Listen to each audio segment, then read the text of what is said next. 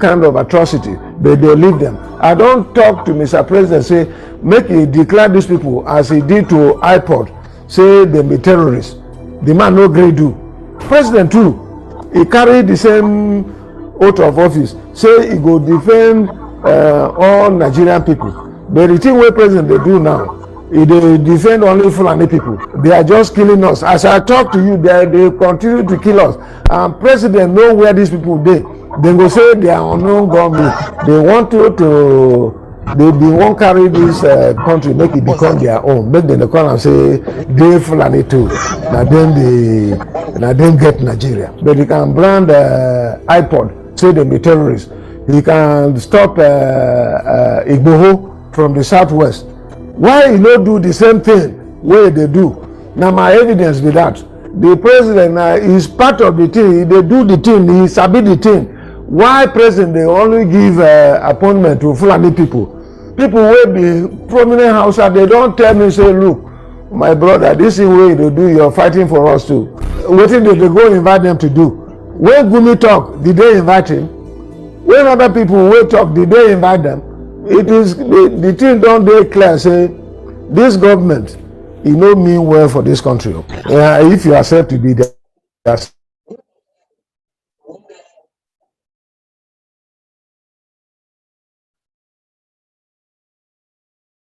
and here as our guest we have a development economist. He is also a diplomat, a statesman, and a public intellectual. He is also a former Central Bank of Nigeria deputy governor. He's also the 2019 presidential candidate of the African Democratic Congress, Dr. Obadiah Mailafia. Thank you so much for coming. Thank you so very much. Thank you for having me. It's an honor to be here. Okay, so let's just go straight to the interview. Now, in your opinion, what are the major challenges facing the Middle Belt region today? Well, that's a very good question. I mean, the challenges facing us in the Middle Belt are humongous. And by the Middle Belt, I am referring to what is called the North Central region. You know, Benue, Kogi, Nasarawa, parts of Niger, Plateau, Taraba, Federal Capital Territory, Kwara. But for us, the real Middle Belt refers to a region that is about 300,000 square kilometers that stretches to southern Borno, Adamawa, southern Kaduna, southern Kebbi. You know, they're all parts of the Middle Belt. We face huge challenges. The number one challenge today is insecurity, of course. For the last more than 10 years, I would say, if you look at southern Kaduna, Plateau in particular, it goes to almost 15 years of relentless killings, bordering on ethnic cleansing and genocide, the raping of women, slaughtering of defenseless peasants, indiscriminate killing, elderly, children, women, youth, you know. And also we face today the challenge of disempowerment. The 1999 Constitution has gerrymandered the structure of a federation in such a way that it curves out huge areas of the Middle Belt and aligns them par force to the north. And this is something we find very strange. You don't like someone and you don't want to let them go. They must be with you whether they like it or not. So we've been disempowered. The structure of the federation has been gerrymandered so as to disempower us. And of course, we suffer from political marginality, poverty, unemployment among our young people, discrimination. If you're from southern Kaduna like I am, you face a kind of apartheid system. It's a new apartheid in which our people are excluded, they're marginalized, and they're humiliated. by the government of the state. So these are the huge challenges facing a region of about 300,000 square kilometers with about 40 million people. So if you look by geographical landmass and population, the Middle Belt is the largest region in Nigeria, full of huge endowments of natural resources, solid minerals. It has the best climate in the whole country, by far. It has the richest soil by far. Parts of the Middle Belt, like Plateau and Mambila Mountain, it's like Europe, virtually like Europe. We can grow all the temperate crops as well as fruits and vegetables. A small local government like Bokos in Plateau alone can supply the whole of West Africa, not just Nigeria, the whole of West Africa with Irish potatoes. So the potential there is very, very, very huge. And yet we have a system that has humiliated us, has oppressed us, and that is committing killings and ethnic cleansing on a scale that amounts to genocide. So these are the challenges we face today in the Middle Belt. Okay, remember that you can join the conversation simply by raising up your digital hand, and I'll try as much as possible to accommodate as much questions and comments from the participants. Now, let's talk about the killings, the indiscriminate killings that the Middle Belt are currently suffering. How do you think we can solve this issue? Well, you see, Augusta, this thing has gone on for too long. In the case of Plateau, it goes back to the 90s. In the case of Southern Kaduna, in fact, it goes back to the late 80s. So this thing has been going on for too long for us to now regard it as a strategy that some people have for conquest and hegemony of our people. And we face a government that doesn't care, that is unable or unwilling, whichever it is, the effect is the same, to come to the aid of our people. So the solution for the immediate term, our solution really is for our people to begin to defend themselves.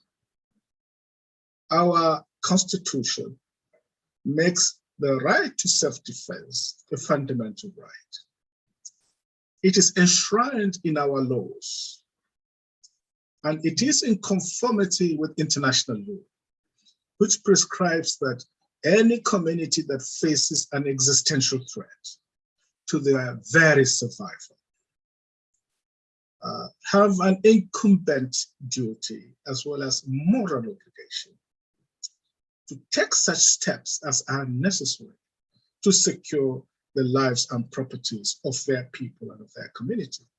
It is also prescribed by natural justice, natural law, equity, and universal global ethics.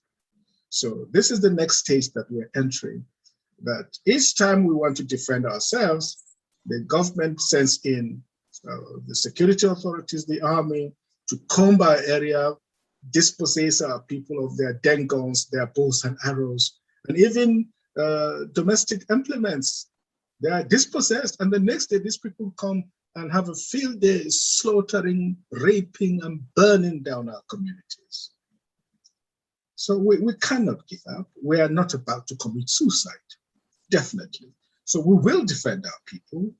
We will encourage them to take whatever steps as are necessary to defend themselves without resorting to an abuse of humanity or the terrorist methods that the enemy has been using against our people. It is our fundamental right. And then, of course, we join like-minded people in the South, in the West, the South, the Middle East, the West, the East, calling for restructuring and re-engineering of our federation so that these kinds of abuses of humanity will not happen. And of course, to appeal to the international community. Right now, the international community is silent. The UN is silent. America is silent. The EU are silent. Britain, France, Germany. All the civilized world have abandoned us to our fate. And this is a profound tragedy. And sooner or later, it will become a moral indictment of civilized values that these Western powers claim to possess. Okay, now you just said that people should defend themselves, but not resort to abusing of human rights like the enemy, your words do. How then do you advise the people to defend themselves? No, I didn't say don't, well, okay, you put it in that language. I say don't encourage anything that amounts to an abuse of humanity. When they are running, you chase them. Our forefathers, don't forget, the Middle Belt people, who they are, because they were never conquered by the Fulani. They were never conquered. As a matter of fact, it is the Middle Belt that put an end to the Fulani Jihad. And they did it in 1817 in a small town called Ushongo in Benue State, where the Tiv people stopped the jihad. They were hell-bent on dipping it in the sea. That was their ambition. That was their stated goal. But an old man with a poisoned arrow stopped all that madness at the town of Ushongo.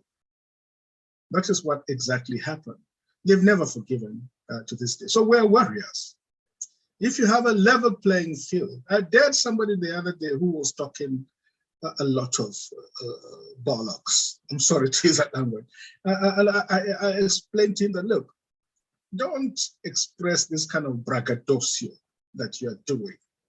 If there was a level playing field, you won't be talking to us like that. You dare not look us in the face to echo the language of a poet, Kofi Awuno, the late Kofi Awuno, great Ghanaian poet. You know, so we were warriors. And if an opportunity, if there's a level playing field, you know, our people are able to defend themselves. We don't need sympathy from anyone. All we need is a level playing field. And this nonsense will have to stop. When I say abuse of humanity, we're not going to kill children. We're not going to kill women. No, we're not going to do such things. The people coming for us, coming to kill us and our children, will have a right to take them on. And even international law allows the principle of hot pursuit. You can pursue them to their caves, to their Sahara Desert, wherever it is they come from. You see, so that is the truth of the matter. We have a right to defend ourselves and to defend our people. Nobody can deny us that right.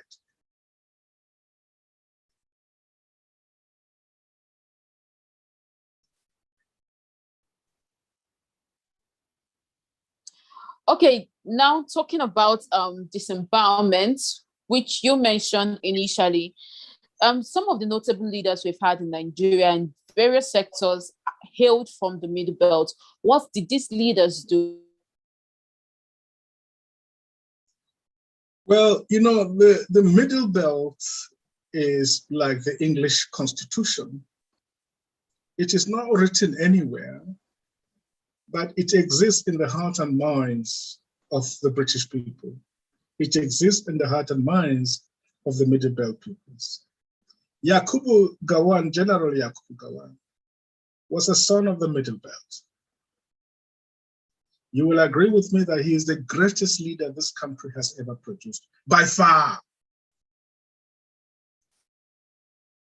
He was only 31 when destiny thrust him as the occupant of the high magistracy of our great federal republic. A civil war was imposed on him by history and by providence. He fought the Civil War with just one single objective: to keep the Union together. And he saw Indigo as brethren. It's a misunderstanding between brethren. He had no hatred for Indigo. After all, he was deeply in love with a young, beautiful Igbo woman. He wanted to marry her. They had a child, had a son. But the army said, never, never, never. In a time of war, you can never marry from the enemy. I mean, then we'll have no secrets. So it was the armed forces that said, no, you can't do it. So he ended up with option B. But people like Murtala and others, General, at that time, Colonel Yaradua and others, they wanted a war of annihilation. They wanted to annihilate the Igbo. And at some stage, Gowon nearly even court-martialed Murtala Muhammad because of the way he was doing things. So he fought that civil war to keep the Union together, not genocide against Indigo. He governed with humility and with justice. And you will agree with me that at the end of the war, he had the best post-bellum, post-war settlement ever in modern international politics, in which he said there were no victors and no vanquished. And a lot of money was poured into the rehabilitation, reconciliation, and reconstruction program. It is true there were some things that were very sad, such as the cabinet took the decision that only £20 should be allocated to every Igbo adult, regardless of how much they had left behind. That, of course, was difficult, it was painful, but beyond that, look at most of these infrastructures. The bits we have were from his time. All the flyovers in Lagos, massive reconstruction, investment in the railways, in infrastructures, they were all his work. All the others are just footnotes to great General Yakubu Gowon, and he was a son of the Middle Belt. Well, you would want to say that people like Ibrahim Babangida were sons of the Middle Belt. And I said, the Middle Belt idea is inscribed in our hearts and minds. It was not inscribed in the hearts and minds of people like Babangida. They were servants and foot soldiers for the caliphate. And we have evidence of that. They were just there to fulfill the goals and objectives of the caliphate. And the time they failed to fulfill that role of servant, they were kicked out. So I strictly would not call them. Unfortunately, the Middle Belt is such that if somebody needs some political interest protected, they rush and say they are Middle Belt. But when they are hobnobbing with the caliphate and everything is good, they keep the Middle Belt at a distance. We don't mind it because we know what we carry. We know the anointing and the destiny that the good Lord has apportioned to the peoples of the Middle Belt. We know how he has gifted our land, how he has gifted us as a people. And we have no qualms about what anybody thinks. So really, this is my answer to your question. Okay, I can see Emmanuel Zomal hand up. Emmanuel. Good evening. Good evening. Go ahead, please. I want to sincerely appreciate the contribution by our great leader, Dr. Obadiah Mailafia. He's a renowned scholar, both home and internationally, and an illustrious son of the Middle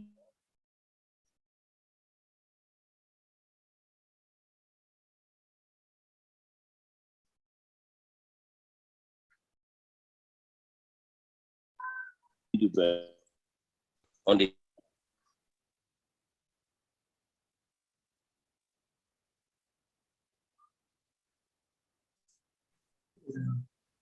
Emmanuel. I think we lost Emmanuel. He muted himself. He needs to unmute himself. Hello. Okay. Yes, are you with Emmanuel, me? yes, we are with you. All right, thank you. Yeah, sincerely, the Middle Belt happened to be the place where Nigeria would have been what it is today. If you look at the great men who have served this country over the years and they have given their best. And today, the Middle Belt is seen as a backyard where nobody wants to listen to what comes out of the Middle Belt anymore. And if you look at how the politics of this country goes, the only way where Nigeria is going to have the best leader and is going to turn around things that will make this country great is for the Middle Belt to come together, as we have come together all the time to make things work. We proved that in 2011, when the Middle Belt decided that Yar'Adua's death will not bring an end to the Goodluck Jonathan's ambition. And we proved a point where we surprised the North by giving our vote. And they were shocked. Our vote in 2011 alone was something far more than the Southeast, Southwest, South-South put together from the Middle Belt.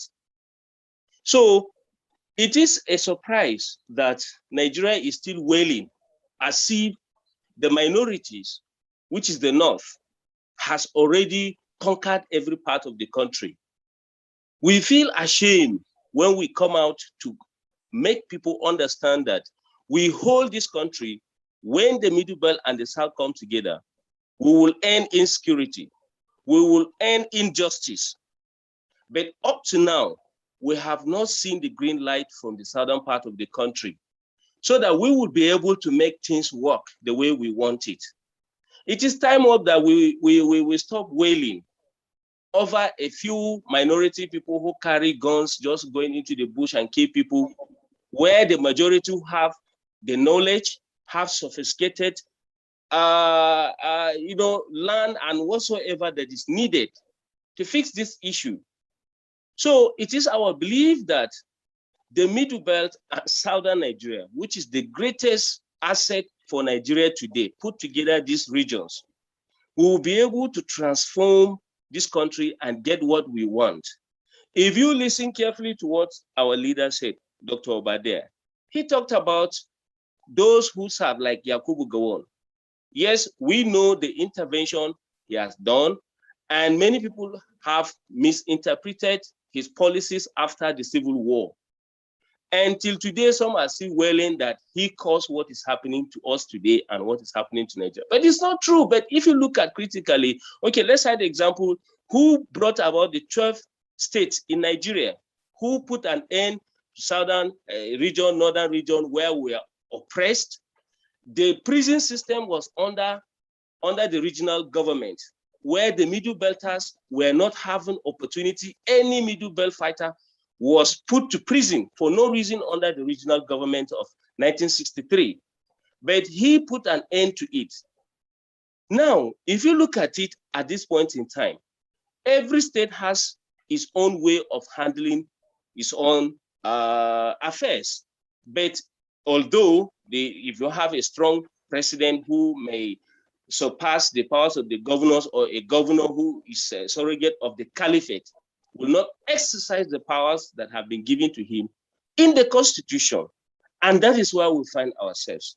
We talk about the state creation, like the Southern Kaduna. They have no business with the caliphate being in Kaduna State. They have no business with that.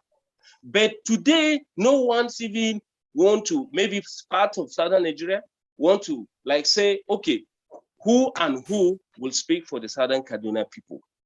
We have other parts of the Middle Belt, like the Savannah State in Borno State.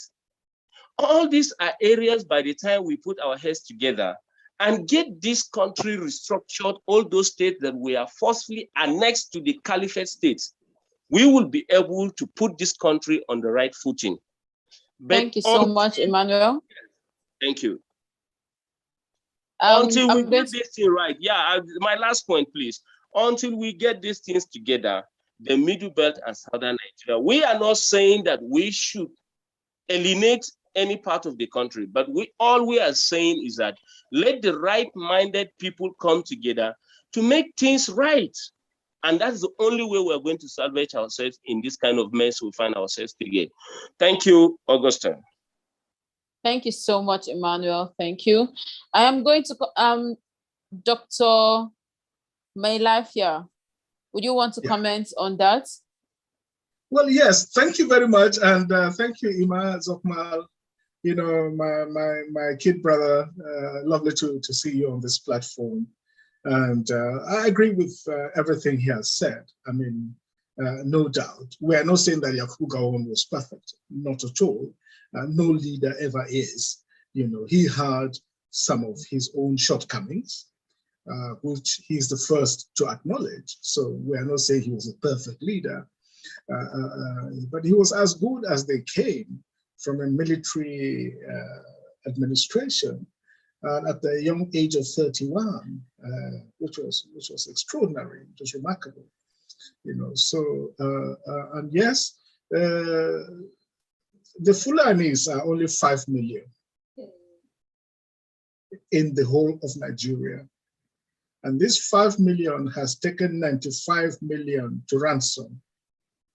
This is totally unacceptable. In fact, the Hausa are telling us that, look, our struggle is also their struggle. They have also suffered humiliation. They've suffered oppression. They've suffered exclusion. So, look, the whole thing is leading to a new national consciousness, the consciousness of liberation. And what unites us now with the South, we realize deep bones, you know, going back far into antiquity. In fact, some historians are now beginning to realize that the Kwararafa were the springboard of, you know, the Niger-Congo cultures that go as far as Igbo land, Akwa Ibom, and, you know, and even as far as down to East and Southern Africa, right from the Middle Belt. The Nok culture spread to parts of Igbo land as well, parts of Yoruba land as well. And this was at the heart of the Middle Belt. Today, when an Ifa priest in Yoruba land wants to go very deep in incantations, he goes into an ancient language, and that was Nupe language. And if you look at the Igala, there is the Iri civilization of Igbo land has its roots among the Igala people. Many of the people that are in Soka today are Igala in origin. So the Middle Belt has been at the crossroads of civilization. And our influence has spread far and wide. So we are deeply interconnected with Yoruba land. We are deeply interconnected with the South and with the South-South. So we have rediscovered our destiny as a collective group. We have rediscovered our unity with the South. And we believe that we can build on that unity to build a new Nigeria, with or without the Fulanis, by the way, with or without the Fulanis, but a country based on civilized values, a country based on justice and honor. Thank you. Okay, let us call the next person, Akin. Akin, I can see your hand up.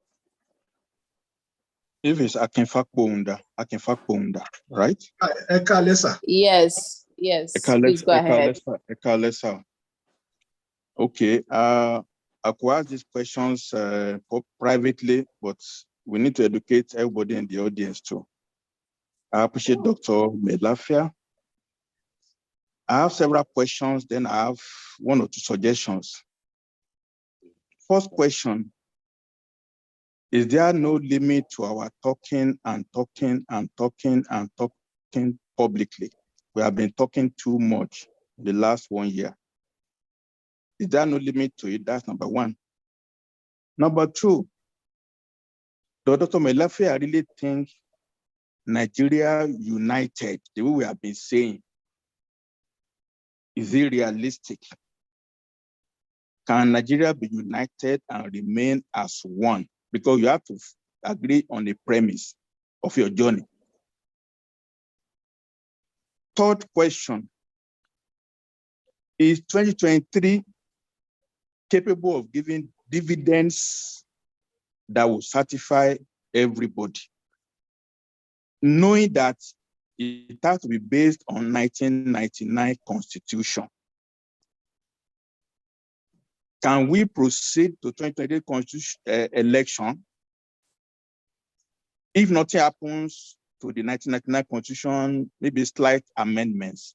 Is it realistic? Can we really get a just result for all components of Nigeria? That's three posers I want you to answer. Now, I'd like to have suggestions. General Gowon has been too quiet for no reason I don't understand. Is the standing leader of Nigeria today. What is the problem? I cannot call fellow head of state to go and occupy Aso Rock to say, you, General Buhari, you are our subordinate. We all fought for Nigeria together. Either you kill us in this villa or you do what we are telling you. Is it too much to ask for the retired head of state? Instead of just saying Nigeria, enemy of that and all that, just talking polemics. Can they get 6 of them together if they truly believe in Nigeria? How can Buhari override all the standing 3, 4, 5, 6 head of state now in terms of what is good for the country? Because I know you are close to General Gowon. He's been praying alone. Prayer is no longer useful. He shouldn't be afraid of death anymore. If they want to shoot him in the villa, let them shoot him. What is wrong with that? Final question. Final poser. There is the Southern Middle Belt Leadership Forum. The older people are being in charge. Adebanjo, Edwin Clark, they are all old. Is it not time to revive a platform for the 4 zones to talk together and agree on what to do? That's what I have to say. Thank you very much. Okay. So much. Let us hear from Dr. Mailafia. Thank you so very much, Dr. Aki Fakpohunda. He's one gentleman I have very high regards for. He's a technocrat, highly accomplished, a man of great sagacity. He is retired, but he is not tired. Rose up to director in the cabinet office in the presidency. Very fearless patriot. So I have very high regards for him. Well, let me just start even from the case of, well, too much talk. Well, I don't know about others, but I can talk for myself. But certainly, I am often very reluctant to talk. And if I had to honor all the invitations I get, I can tell you I would be on the screen on a daily basis. I've had to reject many, more than those I've actually accepted to speak on. That's the reality of it. But again, is it not better? Somebody say it is better to jaw than to war. So that jaw process is important because we're enlightening our people. We're engaging with mass publics. But I don't think it stops there. For most of us, it doesn't stop there.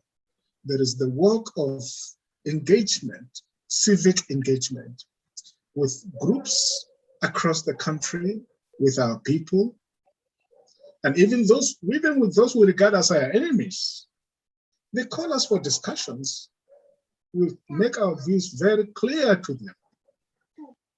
Look, sir, if we had not been talking,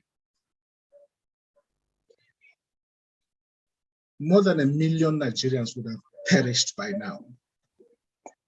Our talk has raised enough concern to check them on their paths. It's like you are driving in the middle of the night and then you see an antelope on the road. You put your full lights, the antelope doesn't know whether to run left or run right. It becomes confused and stops on its tracks. I believe that our commentaries have served as a kind of searchlight on the enemy and his wicked plans for our country. And that has helped to stop them on their track, or at least to delay them from the great wicked plans that they have for this country. So I wouldn't say people should not talk. I think people should talk more than they should carry arms and start killing here and there. And I'm not one of those who will recommend people to wake up one morning and start looking for Fulanis to kill. God forbid, I don't want that. I don't want to see that. Even my name, Mailafia, means a man of peace. We should seek peace and pursue it. But we will never keep quiet in the face of evil and in the face of injustice. And we should continue to organize and conscientize our people to resist the enemy. Well, as for Yakubu Gowon, yes, I'm very close to him. You know, I have stood for him on certain forums. So I know his mind. He's a very spiritual person. And he's a deeply, deeply compassionate person. He loves Nigeria so much. But at more than 80 years, he feels he has made that existential choice, which some of us who love him don't agree with. We have said, Daddy, honestly, we don't agree with you. But he has made his stand. And his view is that for him, no more politics. Don't forget, in 1976, after the death of Murtala, they wanted to bring him back and kill him and execute him publicly. If he were in a different country, they would have done that. His kinsman was not so lucky, Joseph De Chigomwo, who knew absolutely nothing about the coup. They just brought him and slaughtered him and executed him, including the only brother-in-law he had, Zachary, was also executed for something he didn't even know. And a lot of other people who paid a heavy price. That pain is still in him. He's carrying a very big wound. And he feels that for now, what God has laid on his heart is for him to have this ministry of prayer. And as believers, we don't undermine the ministry of prayer. Some people are just called to be intercessors. He feels that at the age of 31, he ruled this country. He ruled this country for 9.5 years. He feels that any other thing he could offer for Nigeria, he has offered it already. So we don't agree with him. I agree with you that honestly, if I were him, I would have stood out publicly and I would have spoken. And you know, under Babangida, they disgraced him by trying to encourage him to go into politics, only to undermine him in his own word. So the embarrassment was too much, and he took it as a sign that God doesn't want him to be involved in politics anymore. So that is as far as Gowon goes. As for 2023, I agree with you that 2023 is very iffy, very, very iffy. I don't think it's in our interest. I think somebody needs to mute themselves because we love kids, but there's a baby talking there. You need to mute yourself so that we can be heard. Now, 2023 is very, very dodgy. And I don't think we should encourage it because with the same people, with the same institutions in place, the same constitution, they are now going to dominate. And don't forget, they have brought millions of illegal aliens into this country. And through this NIN, they are giving them citizenship, they are giving them ID cards to become Nigerians overnight, thereby changing the demographics of our country to give them a kind of majoritarian stake in our democracy. And one of them boasted to me that we're not the majority. Whatever you say, we are majority. Democracy is a game of numbers. So, hey, what are you talking about? So with that kind of mindset, that kind of thinking, it is not in our interest for 2023 to happen. But again, we have to be careful. If it were possible to mobilize enough people to take over and win the elections, then we could say, okay, let's do that, and then use that opportunity to re-engineer the Constitution. So, but that probability of it happening is a bit remote, to be honest with you. And as for the leadership forum, I have been part of that process, as a kind of quiet participant of the engagement between the Middle Belt and the South and the West. Well, maybe Comrade Ankyo Briggs would have another question. We'll have a question.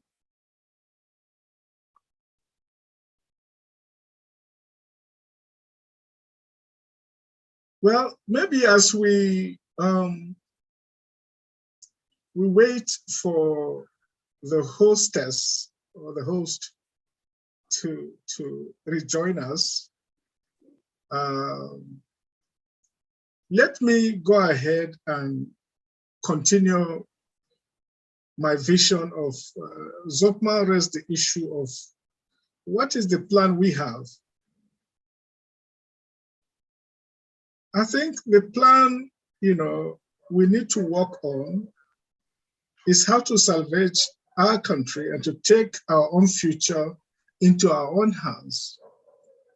And I said, with or without the Fulanis, if the Fulanis insist on imposing a caliphate on the whole country, then it cannot happen. We will not allow it to happen. We will invoke our rights to disagree, to forge ahead based on our own values of enlightenment and of civilization. This is the truth of the matter. The reason why I do not come out and say Nigeria should break up, let us break up, is actually for two reasons. The first one is that I don't think God makes mistakes. Albert Einstein, the greatest physicist of the 20th century, famously declared that God does not play dice with the universe. And by that, Einstein meant that God doesn't just play games of chance with the universe. So he didn't make a mistake in coupling out this divergent gaggle of tribes and ethnic communities and nationalities into a country called Nigeria. Our size, our diversity, our natural endowments, they are a source of strength and should not be a source of weakness. But those who have taken it upon themselves to oppress the peoples of this country with their shameless born-to-rule mentality have decided that they are going to spread jihad by force. They are going to replicate the caliphate across the whole country by force of arms. And they intend to take over our lands by force of arms. Of course, we would not allow it. We shall resist them. And if Nigeria has to go ahead without them. I mean, Njenje, you are the co-host now. Okay. Sorry, go ahead. Sorry, go ahead. Hello? I said, sorry, go ahead. Go ahead. That was exactly. And if we have to go ahead without them, to forge ahead and form a nation without them, so be it. But there is no way we are going to accept Sharia for the rest of the country. There is no way we are going to accept their vision of a caliphate. They're buying arms from Turkey, from Iran, from Saudi Arabia, from Qatar. They are bringing in dollars and weapons to commit genocide as a means of spreading their evil political ideology. We are not going to accept it. We will resist it. That is the reality on the ground.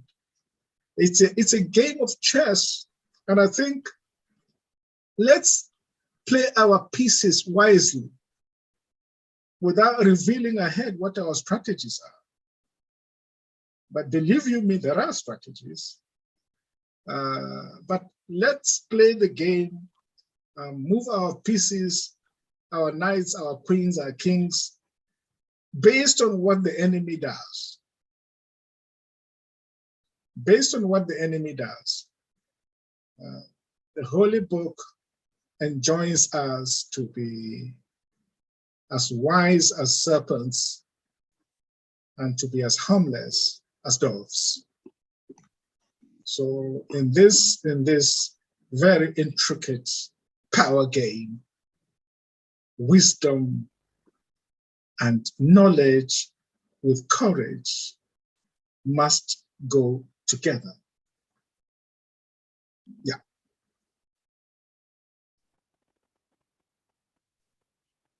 So let us continue the engagement with the South. The Middle Belt should continue the engagement with the South, with Yoruba land, with the East, with South-South. Let's continue our engagement. Let's continue our discussions. Let's continue our consultations in order to form a strong and powerful alliance that will enable us to survive, come rain, come shine.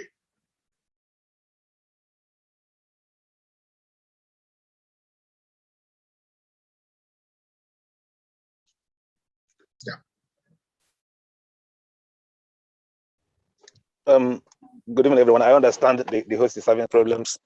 I have a question and I can see some hands. Mazioke, you are there. What question do you have for our guest?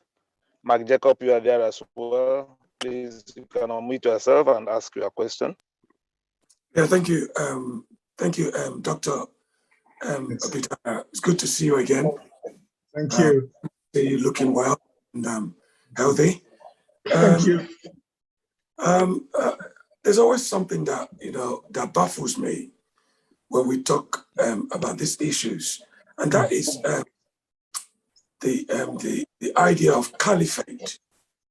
The idea of caliphate, and I know you're a man that likes to think precisely, and I've been trying to, get my head around this caliphate. Who are they? I know you've worked in the diplomatic circle, and you must have an idea who these people are. And as a Nigerian, if someone is trying to dominate me and people are talking about this domination, it's important that I have a clear idea who these people are. Are they Meiti Allah? Are they who are they? What is their name? How do they operate? Do they have meetings? Is it an ideology? I want to understand, what is this caliphate? Thank you. Thank you so very much, Mazi Okoye. Lovely meeting you again. You've asked me a question that can take us all night. But let's start from the beginning. That in 1804, when a group of Fulani clerics led by Uthman ibn Fodio started a jihad from Sokoto, and they killed the Hausa kings because they claimed they were not pure Muslims and they were mixing with animism. And they took the jihad as far as Maiduguri, but the Borno people resisted them. El Kanemi Shehum Borno wrote famous letters to Usman Damfodio. There are heavy theological disquisitions on Islam, even showing that, look, you are later converts. Islam came to us the 10th century. It came to you people around the 12th, 13th century. So, you know, we are far better Muslims than you are. You can't come here to preach to us about Islam when we've had this religion for centuries already. And in any way, he conquered most of Hausa land and he spread it down to Ilorin. He was stopped somewhere from marching to the east. He was stopped at Ushongo in Benue State. In 1914, when Lord Lugard, who was a military adventurer and a member of the Freemasons, and his wife, his girlfriend at the time, Flora Shaw, was dabbling in occultism as well as being a part-time journalist and pamphleteer. So over some whiskey or whatever, they decided that, look, they want to join the North and South into one protectorate, and they got a great go ahead from Downing Street and from the British Parliament to go ahead. There was no any concrete plan for it, and secondly, World War I had just broken. Britain needed to conserve money and to build up a war economy by extracting more surplus from the colonies. So it made economic sense to unite North and South. There were only half a dozen people at that who signed that document, according to historians. One was Meiturare, Sultan of Sokoto. Another one was Emir of Kano. Another one was Shehum Borno. Another one was Obong of Calabar. Another one was, I think, Alafin of Oyo. And then one Lagos Yoruba lawyer was in attendance. There was no Indigo present. There was no Middle Belt present. The Hausa people were not there. Now, the Caliphate believed that thing was meant to favor them because that they were the majority at the amalgamation of 1914. And when the British were going to leave, they returned the maize that they had taken from the Caliphate. The night of independence, they returned it, they took it to Sokoto and returned it. The Caliphate believed that it was a gesture that the British were handing Nigeria to them. That is, from the spiritual level, that is their belief. Now, if you look at it, when Charles came here, his first port of call was to Sokoto, nowhere else. Now, in the northern region, and that is all part of it, that it was by no accident that the committee on minorities had recommended strongly that regions should be created for minorities, particularly in the north. The colonial government refused to honor it, refused at all. And the idea was to preserve the north as a huge federating unit. So the 1960-63 Constitution created the North as a monolithic entity that was 2/3 the rest of the country. And in fact, it violated the first principle of federalism. According to the father of federalist theory, Sir Kenneth Weir, Gladstone professor of government at Oxford in those days. And he taught that the first principle of federalism is that no federating unit should be so large as to incur fear and suspicion and threats from the rest of the federating units. The British have protested that honestly they didn't intend the North to rule forever, but they did, in the sense that by creating this huge monolithic region, refusing to cover a middle belt region, they wanted the North to be so big and so preponderant that it will call the shots forever.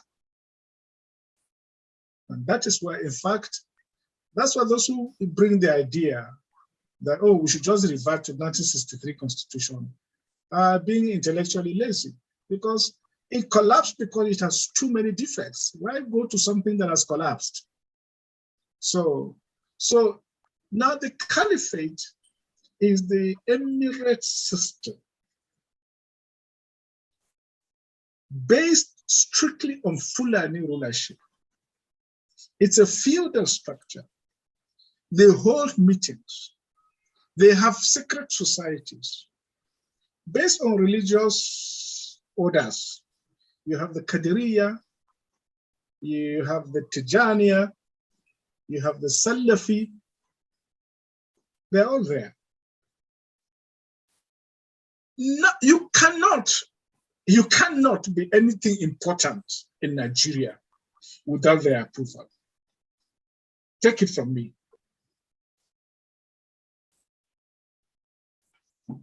Even down to things like if you want to become a presidential candidate, you must go and declare allegiance. In my own case, I refuse to do it. But I won't go into I won't go into any details. But there you go. So that's how they operate. They have regular consultations. They intermarry. If you want to understand how these guys behave, go back to Antonio Gramsci, the Marxist communist political philosopher from Italy, who propounded the theory of hegemonia, that the best way to dominate a people is to create a hegemonic order. It is based on political power. It is based on the force of ideas. It is based on cultural domination. In fact, when you have successfully applied hegemonia, the people you are oppressing and dominating will love being dominated and oppressed, which is exactly what has happened to the Hausa people under the Fulanis. It is a very pernicious order. They are in constant interaction with each other. Amadou Kumasi wrote a book called The Barons. Many people have ignored that book. It's written almost like an allegory, but it's a very serious book. If you read it, you will understand the modus operandi of these people known as the caliphate. I've put myself into too many troubles already, and I wouldn't want to be more graphic. But please kindly understand with me, kindly bear with me, that this system is real. This system of power is more powerful. Look, Babangida was being ordered on what to do and what not to do. He couldn't overstep. No leader in the North could overstep his boundaries. And no leader could emerge without the tacit approval of the powers that be behind the throne. So it is a pernicious system of power. One of my theories is that the killings and evils we are seeing is because that system of hegemony is under threat. So they are reacting like Himalayan tigers that are wounded, that are threatened. It has been threatened by globalization. It's been threatened by technology changes, that people now have access to education and information. They can think for themselves, they can reason for themselves without being hoodwinked. So the system is feeling very threatened. That is why we are seeing this kind of very violent reactions from this system. Thank you. Thank you so much. Thank you so much, Dr. Mailafia. I apologize for the breaking transmission on my part. I'm in Nigeria, it's due to bad network, but let's move on. Yeah, you got us worried. You got us worried, Augusta. You got us very worried. I apologize. I really apologize for that. I'm going to call on the next person, Ayo Oshunloye. Okay. Thank you very much. Thank you. Dr. Mailafia, good to meet you again. Thank you, sir. How are you doing? I'm good. I'm good. First, the tiger has been caged. Yes. The Himalaya tiger, it has been caged.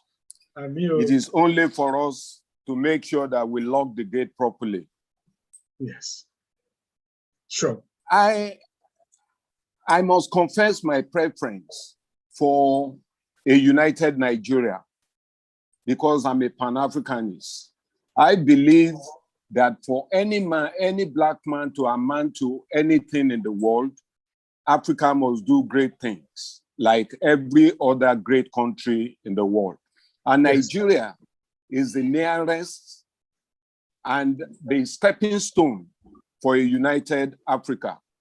We must not allow in our time that Nigeria should break. I am committed to make sure that Nigeria does not break. That's number one. I come from a place where we believe as an article of faith in egalitarianism. And we do not recognize the kind of ascription that some people are ascribing to themselves that they are born to rule. I think when I was growing up, I knew them as hewers of wood and drawers of water. They cannot come and become something that we do not, they cannot put us down. And it is because we have been lax for too long. I want to use this opportunity to appeal to the Middle Belt intellectuals to get literature written out in their native languages. Let people of let the Tarok, the Kadara, the Gwari, the Bira, let people write books, write literature that their children can start to read, and they will know they can be proud of their own nationality. Most people of the North or the Middle Belt had been internally colonized with the use of the market language. And it is one of the first things that ought to be done in this struggle for freedom. The second point I want to make is that many people in the Middle Belt, they have some kind of attitude to the Southwest, thinking that the Southwest claims some form of superiority. Dr. Mailafia is an example of somebody from the Middle Belt who does not have that kind of hang-ups. And I want the intellectuals in the Middle Belt to convince their people that the people of the Southwest are their best friends. It was the people of the Southwest that supported the UNBC to be able to become a national, to come to national recognition. At that time, the leaders of the UNBC were on a permanent salary from the incomes of the Southwest. And everything was being done to make sure that we can raise people who are politically astute. Same thing with the South Bonu. And if the advances that had been made at that time, we had worked on it and we had sustained it, we probably will not be saying what we are saying today. The very first thing we should do is to break that yoke of language. Let everybody speak his mother's language. Thank you very much. Thank you. Thank you so much. Let's. Yeah. Dr. Mailafia, you want to respond to that? Yes, indeed. I think I should.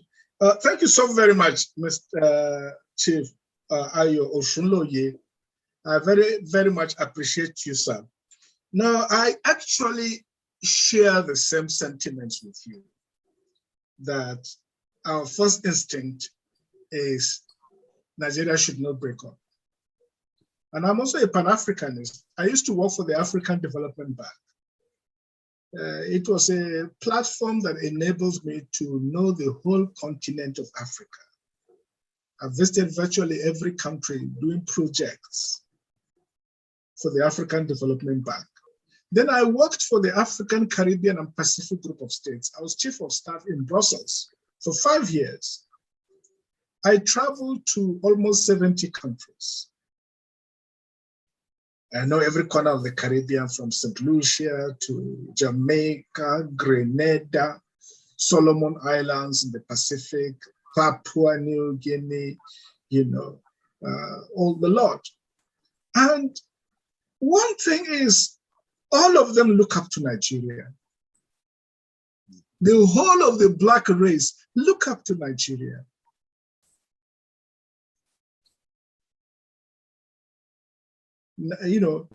Food is being played on their television station. I was shocked. Tiwa Savage, Two-Face. You go to Caribbean, they're playing them as though they know them. So our influence has spread so much. We are the symbol of the Black race. We don't know it. So for me, I would prefer to be a small fish in a big pond than to be a big fish in a small pond. But sir, wishes are not reality. We can wish for something and it can still happen. We work for it. We can work for it. But based on systems analysis, pure systems analysis, input-output analysis, at current trends, with our rising demographics, corruption, nepotism, bad governance, human rights abuses, climate change. If you put this thing into an institutional order that cannot manage them well, within the next 20 years, Nigeria cannot exist. Just based on scientific principles, no country can survive that. So our wishes are not necessarily horses that we can ride to success, but we have to work at it and do our best. But if it fails, it will be disappointing, but it will not be something very new. Nations have risen and fallen. Civilizations have risen and fallen. And also on the issue, the people are very strange, you see, because they know the caliphate is a feudal order, where a Hausa man who is a plebeian looking into the face of an aristocrat is enough for them to chop off his head. And it's a completely different civilizational outlook from Yoruba land, where even the king, the Oba, cannot oppress people beyond any reasonable degree. The Oyomesi will give him parrot's eggs, and that is a sign that he must commit suicide. Nobody will take his life, but he will take his own life by his own hand, because he has violated the republican order and the humane traditions of the ancient Yoruba people. The people we are dealing with, they are just the opposite of that. They don't believe in humanity. They use religion for class and feudal perpetuation. They are brutal. Compared to even the Republican Indigo, Professor Taslim Olawale Elias, our greatest lawyer by far in the history of Nigeria, became president of the World Court. His classical book, African Customary Law, shows that in Igbo society, there was no capital punishment. The highest thing they could do is to exile a man from his kinsmen. It was considered the worst calamity than even death.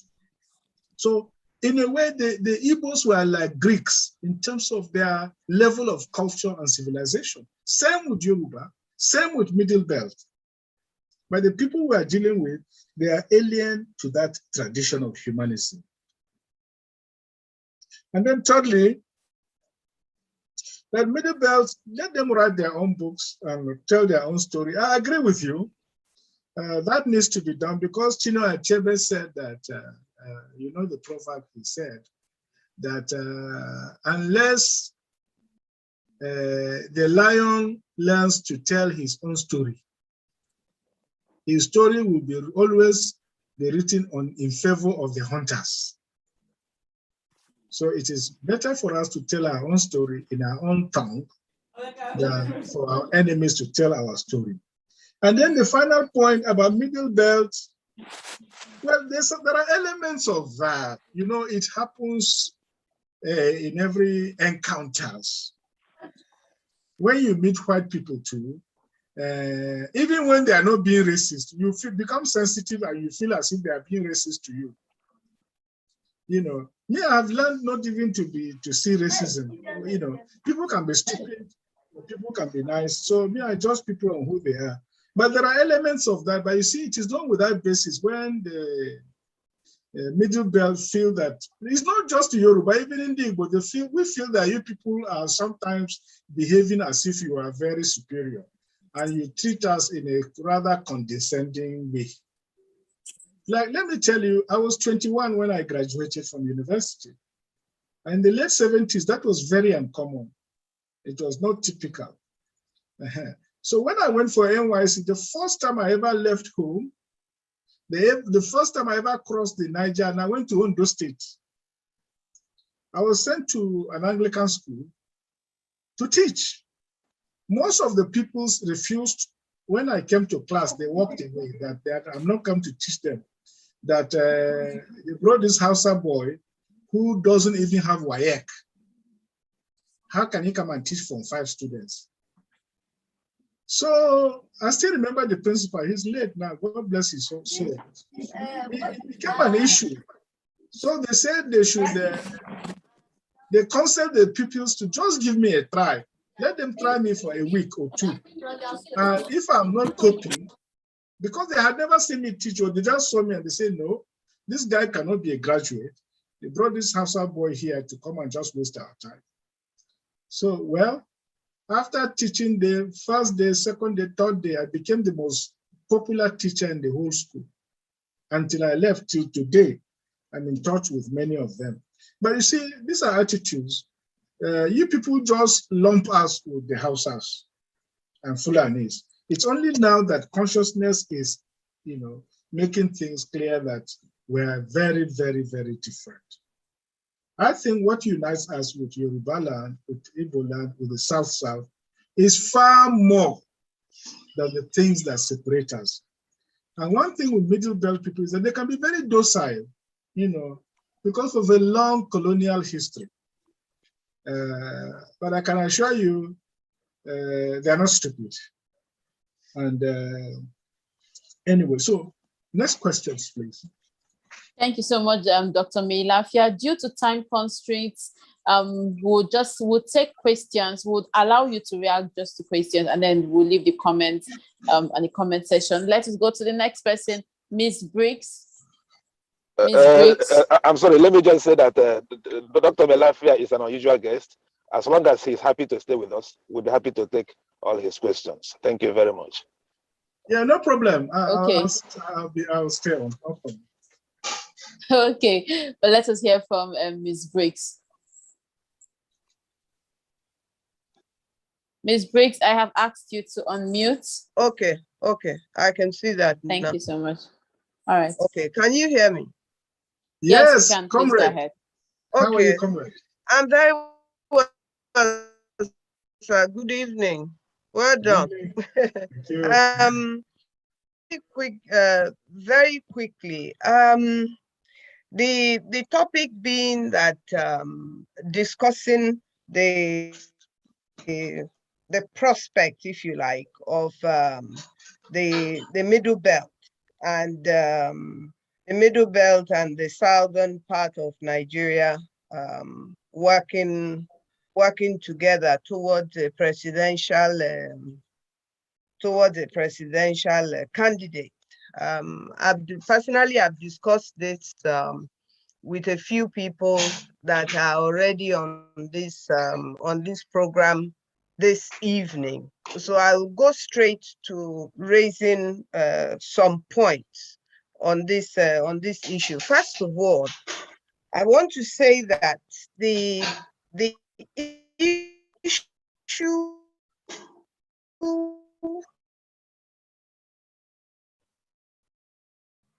there is absolutely no argument, should be no misunderstanding that the presidency is to rotate to southern Nigeria.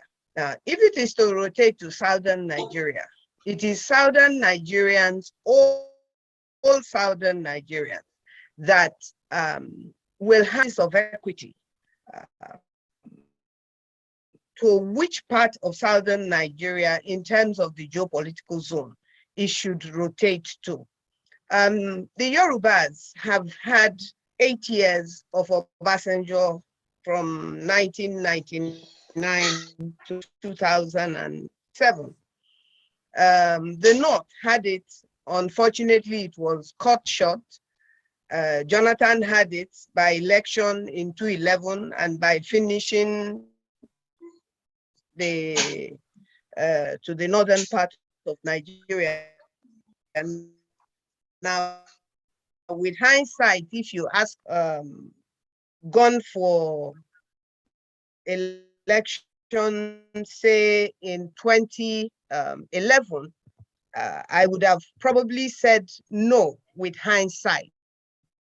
But then we all know how it came about that the South-South and the Middle Belt and the Southeast supported, and the Southwest even supported the call that Jonathan should run in 2011. It was because of the pressure that was applied on the rest of Nigeria. So what we are enduring today, what Nigeria is suffering today, I think that was really the kickoff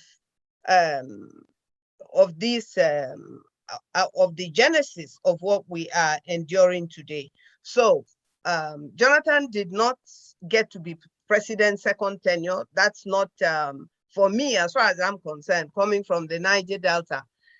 If he says he didn't win election, then he didn't win election. Let's move on. So he didn't win election. It has gone back to the North. Buhari is finishing his second tenure. So the North would have had its 2 tenures. So in my opinion, I would say that if it is in the South, and I think it should be, and it must be in the South, equity demands on my part anyway, and I've said this openly more than 3-4 years ago now. Most of my brothers here who are from the Southeast will bear me out to that I have maintained that if the Ndibo believe, and it is up to them, that it should rotate to them in the South, I believe that the South should support Ndibo to produce the best they have or the worst they have, whichever one they choose to produce, for Nigerians to choose from them. So therefore, whether it is APC or PDP or any party, it should they should bring such a candidate for equity sake. Now, having put that aside, I do not believe that what we have endured in this since the 2015, and what we all now see very clearly that is playing out, the killings and the plan to take over people's lands and things like that, I do not believe that there is going to be a free and fair election. And the bill that he signed, which in my opinion is a bill to rig election of the electoral law, I think that makes it very clear what 2023 is going to be like. Who is going to be the president, where the person is going to come from, this so-called born to rule or whoever they call themselves, they have taken this as far as they're going to take it, and they have made their decisions. Now, the issue of the South and the Middle Belt coming together, for me, I believe that is the key to what we are all requesting for, which is justice and equity. Because if the Middle Belt of so many different ethnic nationalities, and the Yorubas of the Southwest, and the Ndibo of Southeast, and the different ethnic nationalities of the Niger Delta region, if we can all accept that we have a common enemy, it's not that we don't have our own issues, we do, but we have a common enemy. And if we have a common enemy and we come together and we're able to work together, then we can isolate our common enemy. Now, I do not believe this ideology that, and I am able to recall, I'm one of the people that were able to be taught history in the primary school and in secondary school before the war. So definitely, I know I have read history of Nigerian history and the role that the different ethnic nationalities have played and who we are. I do not believe that I can be a good Nigerian, nor do I even want to be, if I am not allowed to, first of all, be a good Ijaw person. Therefore, my ethnic nationality for me as a person, and I want it for every other person, that we have to, an Igbo man has to, first of all, make sure that his Igbo-ness is protected. His rights as an Igbo man is protected, and he's able to defend it if he chooses in Nigeria. And it should apply for every ethnic nationality. I do not accept the idea that because Lugard put Nigeria together in 1914, that somehow that has the blessing of God. I do not believe it. I've never believed it, and I'm not going to believe it, because I know that Lugard created Nigeria. God created the Ikwere man, created the Igbo man, created the TV man, created the different ethnic nationalities. God did not create Nigeria. Man created Nigeria, and it's not working. It has not worked. It is not working. I am happy that we all here somehow believe in democracy, and therefore we are able to say, someone can say he believes in one Nigeria or she believes in one Nigeria. And someone like me can say, well, I'm not prepared to sacrifice my people. I'm not prepared to sacrifice myself, my state, my region for one Nigeria. When what is one Nigeria? When we have a situation where the military is in the hands of a particular set of people, all our resources is in the hand of one particular set of people, the political power, everything. Nigeria, I mean, there is nothing to be afraid of anymore right now, the way I see it in Nigeria. There is nothing for me as a person that is an Ijaw person from Rivers State for me to defend when it comes to Nigeria. Absolutely nothing. I will defend my people. I will defend my state. I will speak for my state. I will speak for the ethnic nationalities that make up Southern Nigeria and the Niger Delta and all of that. But to say that I will do that because it is for the good of Nigeria, no. It is not, because Nigeria itself, there is nothing today that is good about this country. You see, how can anybody kidnap a 4-year-old, and hold a 4-year-old for 4 weeks? And then you have leaders in Nigeria that will turn a blind eye to killings in Kaduna, to killings in southern Kaduna, in Benue State, in so many other states, and then rush to Jos because it is claimed that Christians killed headsmen. So the Christians that the headsmen have been killing all these years is not enough for someone to get up and go and visit the Christians in southern Kaduna. You know, so I personally, I believe that if we accept that Nigeria should be restructured, but in my opinion, as of today, I have come to the conclusion that the people who believe Nigeria belongs to them are not going to restructure Nigeria. So the next step we should take is to ask for a referendum. Let us ask for a referendum.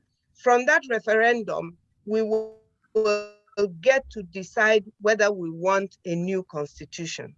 From that referendum, we're going to decide whether we want to stay together, whether the Yorubas want to stay as Nigerians, or whether the Ijaw people or the Ishekiri people or Igbo people want to stay in Nigeria. And if they say they do, let us ask for the terms under which we're going to stay together. But if we're going to say that we're looking towards an election in 2023, an election that who is going to emerge has already been decided, not just at the federal level, in the states by a particular political party. I was horrified today to read in the papers that somebody like Stella Oduwa have moved to APC. Let us bring it right down to the bottom level now. How can you move from what is seemingly better than APC and move to the one that we are all saying is worse than the one that you're leaving? So to me, our politicians are afraid. And I think that we who are not politicians have a lot more to lose than politicians have to lose. The future is what is very critical now. The future for my grandchildren. I'm not even talking about me anymore because I know my age.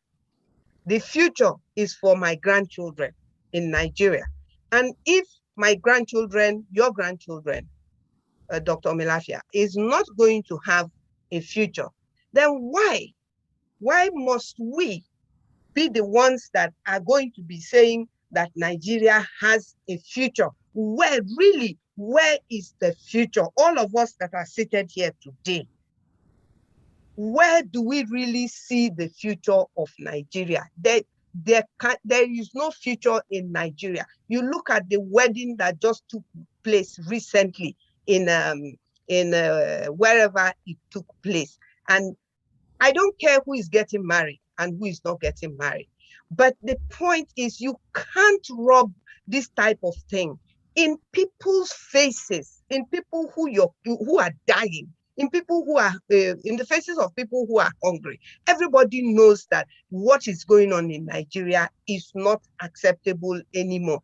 And yet we keep believing that somehow who is going to come and wave this magic wand that is going to produce peace and equity in 2023, when since 2015, things have gone from bad to worse.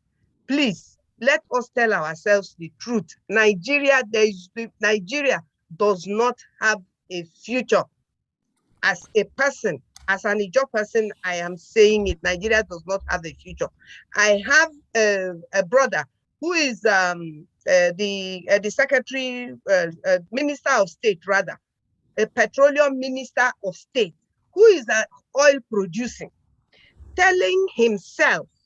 he's telling himself that 2.5% is good enough for him, and that if somebody else can take 30% and go explore for oil in a place called frontier states, when people are dying in Nigeria and they're borrowing money and stealing money anyhow they like. No. Please. Thank you. I'm so exhausted, honestly, in this type of thinking. I'm just so exhausted. Thank you so much. Thank you so much, Ms. Briggs. Dr. Mailafia, before I let you speak, let me call on Mazi Eziokwu. Let me call on him so he will just add his comments and you can respond at once. Mazi Eziokwu. All right. Thank you very much. I really appreciate you giving me a chance to speak. The last lady who spoke, everything you said was very clear, very insightful. You know, one thing that I picked up that I want to comment on, there are a number of individuals who claimed or at least portrayed themselves as Pan-Africanist. I think it's intellectually lazy to say that you're a Pan-Africanist and that's the reason you believe in one Nigeria. You have to just do a little bit more gymnastics to realize that you can be at the same time Pan-Africanist and believe in people having the right to self-determination. I just think it's intellectually lazy. I also think it's really intellectually dishonest because I'm a PhD in economics from Harvard. So I think it's intellectually dishonest to say that Nigeria as one entity is a better opportunity than countries that have the ability to function in a much more efficient manner if they got their act together. So anyone coming around and saying, oh, because Nigeria is the largest Black nation, how far? How far has that gotten us? So I think it's intellectually dishonest to say just because Nigeria is a large country, that makes it an economic force. It's not an economic force. It can never be an economic force in its current structure. So those are two main things.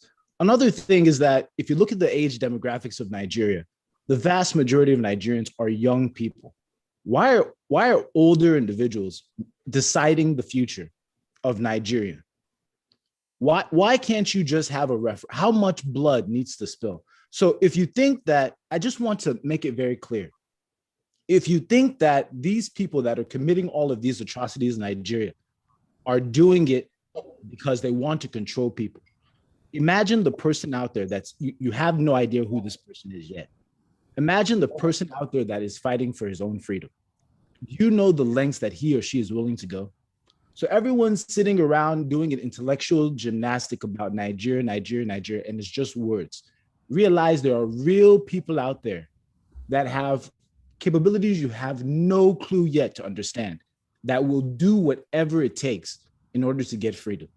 So I'm glad we have a quorum of intellectuals that are thinking about the problems of Nigeria, but it's only through a referendum that Nigeria and the people of Nigeria will truly be free. If through a legitimate referendum, people come to the conclusion that they want to be one country, fine.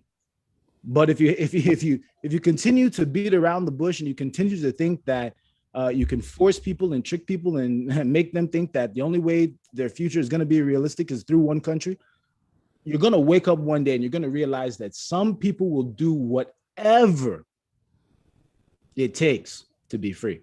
That's all I have to say. Thank you guys so much. Thank you so much. Let us hear from Dr. Mailafia now. Dr. Mailafia. Okay, thank you so very much.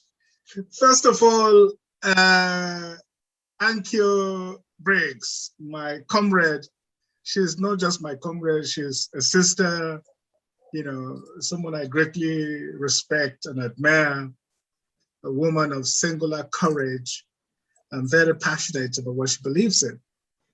And first of all, let me just say that actually, I don't think Goodluck Ebele Jonathan lost the 2015 elections. He didn't. I don't think so. The elections were systematically rigged against him. But of course, he wasn't vigilant enough. He appointed a Fulani man to be his principal staff officer, and they did him in. They were wearing these things around him, and they caged him literally. This ambassador, who was his principal staff officer, Fulani man, and then he handed over the chairmanship of the party to another Fulani man, the former governor of Bauchi. And it's been alleged that, in fact, he was taking all the money allocated for the campaign and giving it to the APC, to the Buhari team. He was working in favor of his Fulani kinsman, not for Ibele and the party that he was chairman of. And then Ibele Jonathan appointed a Fulani man, a professor that he had never met, as chairman of INEC. And he also systematically worked against him. So, it's all in the past, but I don't think he lost the elections. And in fact, in any case, he contributed to his own undoing in the end. And there were people he should have gotten rid of in the middle of his administration, and he didn't. So, the regime, the administration became a pastime for grand larceny and corruption. So this is really what happened. Now, secondly, you say, you said this thing about the Middle Belt having so many different nationalities. I don't think we should have overemphasized that, because truly what people describe as nationalities are actually more like, clans of other groups. Because if you take most of the tribes, you have up to 20 tribes in southern Kaduna. Most of them understand each other, most of them. The languages are almost interchangeable. Same thing with Plateau State. Many of these languages belong to one family. In fact, there are only 3 main languages in the whole of the Middle Belt: Niger Congo, Chadic, and Benue Congo. So linguists can categorize all these various groups into those 3 main language branches. So all these things, we shouldn't, actually overdo it. They are not as diverse as you think. Many of them can understand each other. So, thirdly, comrade, you make me quite uncomfortable, because I'm someone of a slightly, shall we say, socialist orientation. I'm a regular, communicator with Socialist International. I'm not a Marxist, but I hold certain socialist views about the welfare of people, the dignity of all people, the equality of all peoples, and solidarity. These things matter to me. And, and this is a problem I have with some people, particularly in the South. Yes, you acknowledge that the Middle Belt exists. And in the same vein, you insist that power is a pendulum that should swing between the North and the South. So where do you put the Middle Belt? Where do you put the Middle Belt? Since you acknowledge that the Middle Belt is not part of the North. So at one stage, you are happy to categorize everybody as the North, including the Middle Belt, for purposes of politics. And then it is North versus South. And then you leave the Middle Belt hanging there like a bat. They say when the bat died, they were looking for his kinsmen to come and bury it. They called the birds. The bird came and looked and said, yes, he flies, he's like us, but we don't have a nose. We don't have a mouth like that, and we don't have ears like that. Sorry, mate, he's not ours. They ran away. They called the dog. The dog can say, his mouth is like ours, it's shaped like ours, his nose, even his ears. But we dogs, we don't fly. Sorry, he's not part of us. So there was nobody to bury the bat. You are treating Middle Belt like a bat. Do not forget that Middle Belt will hold the key to Nigeria. We are the bridge that links north and south. We are the ones growing all the food you eat.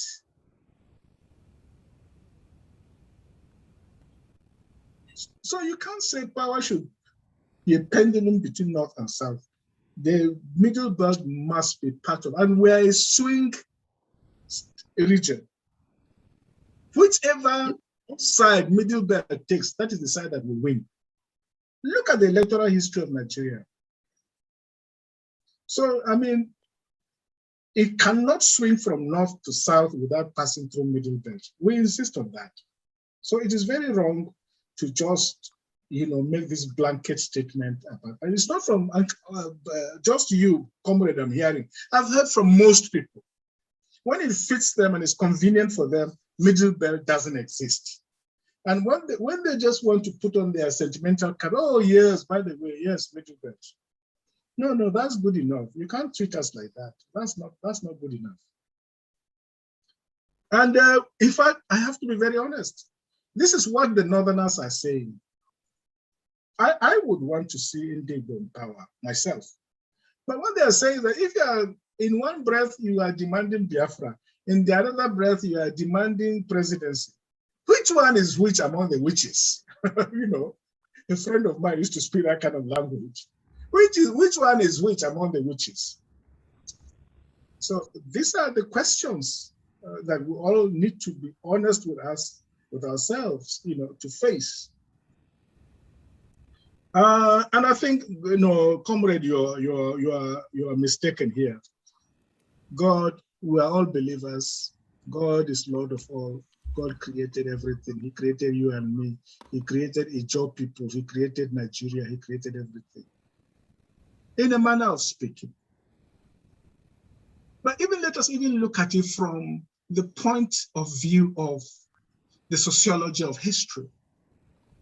And I refer you to the work of Hugh Kwararafa, who became Lord Dacre, perhaps one of the greatest British historians of the 20th century.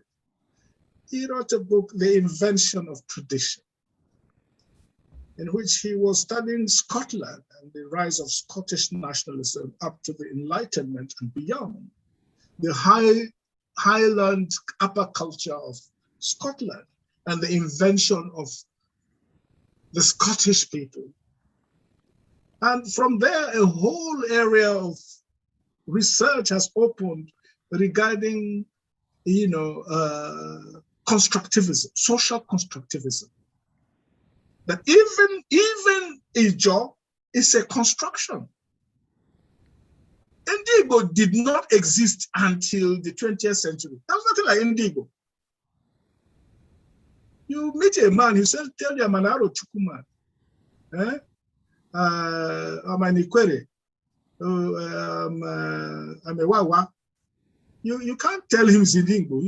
Till today, the Onitsha people don't regard themselves as Indigo. So don't mind this Igbo. He told them that I'm an Onitsha man. I'm an Onitsha man. So even Indigo is a construction based on constructivist theory. Even Yoruba, the Kiriji wars, they were fighting bloody wars. Till today, a friend of mine from Igbaland, close to the Alakes Pere, said, don't mind these Yorubas. Igba is the real thing, Igba, it means all of us together, you gather the people together. That's Igba. He's an Igba nationalist. There's always tension between Ejebu. They say Awolowo was an Ijebu man, and then he's coming here to dominate Oyo people. After all, Oyo were the warriors. Alafin is superior, is the number one. Oni is only an Orisha, who is a spiritual head. So there are secondary contradictions. Who tells you that if you have your own Ijaw republic, everybody in Ijaw land will agree? You'll find a lot of other contradictions, perhaps even worse than the ones you've left. Already we're seeing signs. Some of these people in in Ebonyi, they say, hey, You want Biafra what? To go and put us with these Newi people, God forbid. Never. These are secondary contradictions. Who tells you that if you break into little pieces, those pieces will still work? They may not. Now, okay, yeah, referendum, good idea. I think I agree with that. What do you have the future? Do we have a future? Well, I'm not a prophet. I don't know tomorrow, ma. But I'm inclined to say that we are the future. This is what Michael Jackson said. We are the people. We are the world. We are the future. The future is what we decide it should be. There is such a thing as destiny in the life of individuals as well as of nations. But it is also a fact that destiny is what you make of it. Destiny is, my old teacher used to say, character is destiny. Your character will put you before kings or will put you in ignominy. So your destiny, our future, is what we make of it. And my position is that, well, what will be, will be. If Nigeria is destined to, was just gridlocked, was just imbued to misfire and to run aground, maybe that is what will happen. But there have been golden moments in Nigerian history. There have been golden moments, such as winning the World Cup, the beautiful game, such as joining together to fight Ebola. We had such great heroes. And when it mattered most, we rose to the occasion. Not everything is so bad about Nigeria. Even though today things are very terrible, but I would rather we give it a last shot, so that one day it will be recorded that it was not for lack of trying. Thank you, Dr. Mailafia. Okay. Sorry, the P.I.A., well, that one, you say your brother, the Minister of State. I was told half of the eastern, even southern governors were not, legislators were not there. So they voted with their feet. They didn't want to be seen supporting it. It's been even alleged that a lot of money changed hands. If we allowed the Fulanis to outsmart us by using dollars to buy people who, like Jacob, like Esau, sold their birthright to their younger brother Jacob, you don't blame them. It just means they are smarter than you are. Very sad, but that's the way it is. And my friend Mazi Ezioku, you know, those of you who live abroad, you have a problem. You've been so far away that you really don't even understand what is happening here. And some people even attribute their own alienations and project it to what is happening in Nigeria. I'm a village boy. I grew up in a village. And my studies of development have led me to pay very deep interest in rural sociology, what the poor people are doing. Ordinary Nigerians, in marketplaces, in factories. These are places that I love to visit and observe. In farms. There's no difference between Igbo man, Hausa man, Ijoma, Ichekiri man in the marketplace in Nigeria. They are actually very united. I don't see any differences among them. Dr. Mailafia. Yes. Dr. Mailafia. Yes.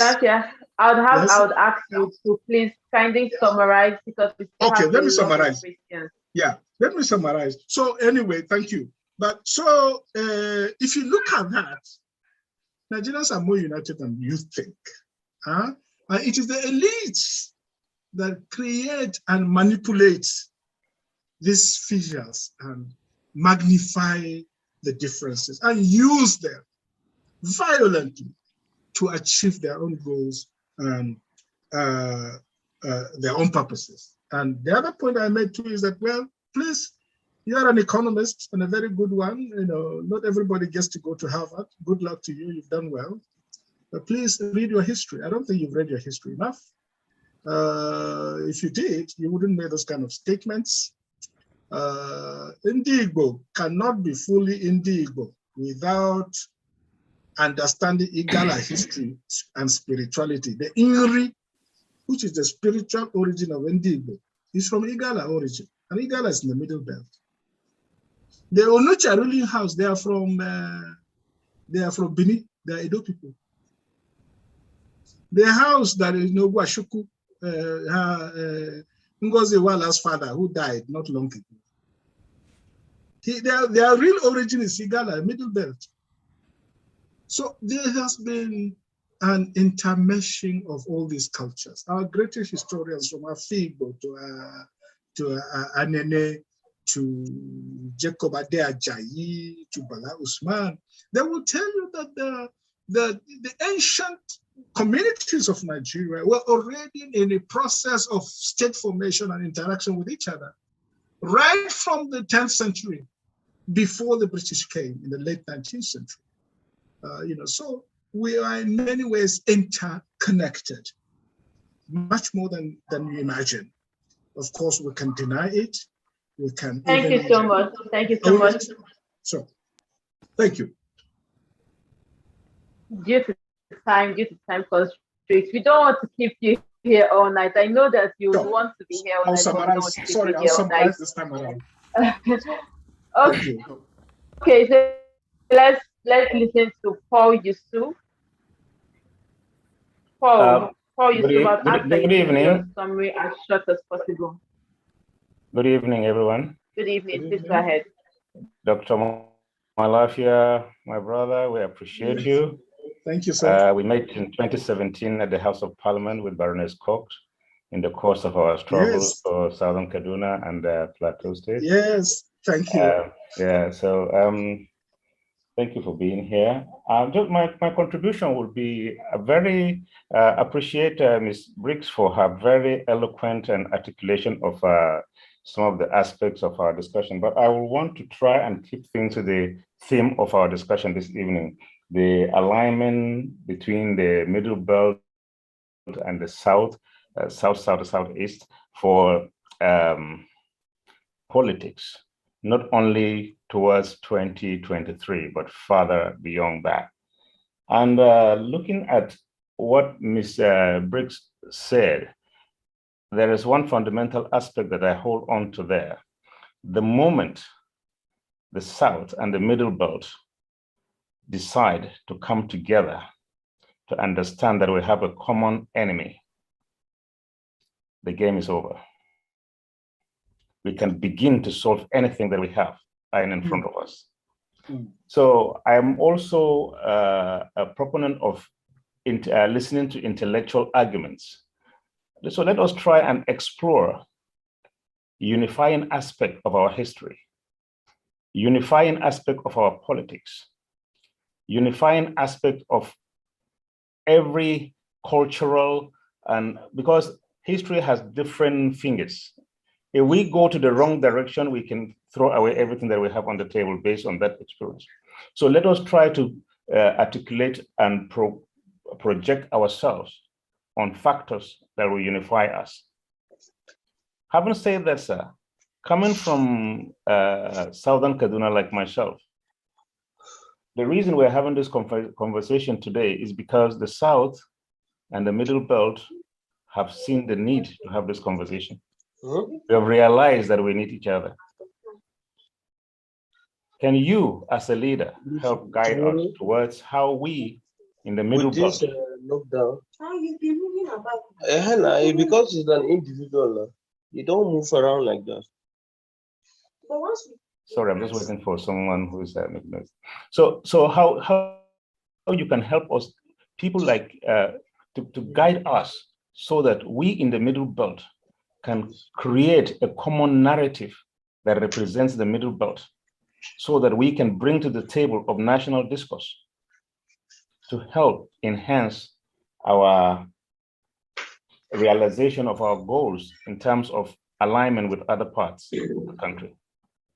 And I would also like to ask you, we have identified as a leader. Are you a lone voice in the wilderness, or are you working without giving away too much of our the secrets of our strategical secrets of our struggle? Are you networking with people so that when certain organizations that are forming, the young people are forming organizations, but they don't have leadership, they don't have guidance? Are you networking with some of our brothers to formulate a group that will give us that leadership, so that when organizations in the Middle Belt have got projects, have got plans and programs that they want someone to guide them, they can go to? For instance, when we met in the House of Parliament and we were discussing with Baroness Cox about the issues in Southern Kaduna, I did ask her how they can help us. But they said, when we have formulated a program, a plan, we can come and they're ready to help us. But when we are trying, a lot of people don't even understand the complexity of issues in the Middle Belt. And we are not doing enough to explain ourselves. We may say the same thing about people in the South, but we should be working towards really removing this, what do I call it, historical baggage that we carry about each other, and try to look at the issue. We have a common enemy. We are in a struggle. What is happening in Nigeria is nothing short of apartheid. And we should sit up and formulate a credible and functional ANC to take our country back. I think that should be our focus. Can you help us to guide us in this direction? Okay. Okay, Well, Dr. Mailafia. Yes, thank you so very much, my brother, Dr. Paul Yusuf.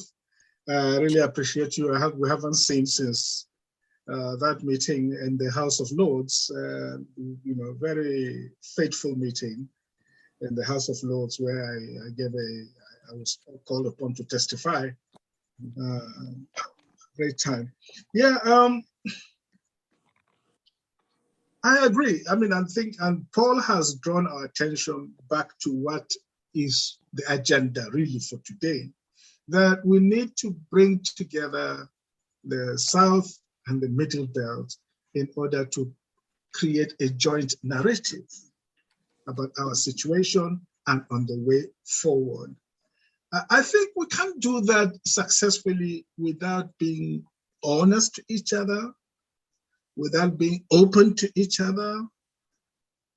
Somebody pointed out, I think, is that about our feeling inferior to the South. And I acknowledge that that is a fact, but I also give reasons why the South also have certain attitudes. For example, because everybody in the Middle Belt speaks Hausa, at one stage they thought we're all Hausas anyway. But you see, when you go to East Africa, a lot of people speak Kiswahili.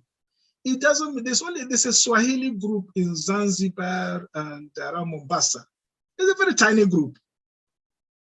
But Kiswahili has become like a general language, the market language. The fact that we speak Hausa doesn't mean we're Hausa people. But the South reached that conclusion. Oh, they're all Hausas anyway, they all speak Hausas. You see, because it became a language of convenience, because we also have our various ethnic groups. There are so many that which of them will dominate, we don't know. So, but Hausa seemed easy. It was already written down. It's a language of trading, in the streets, apart from English.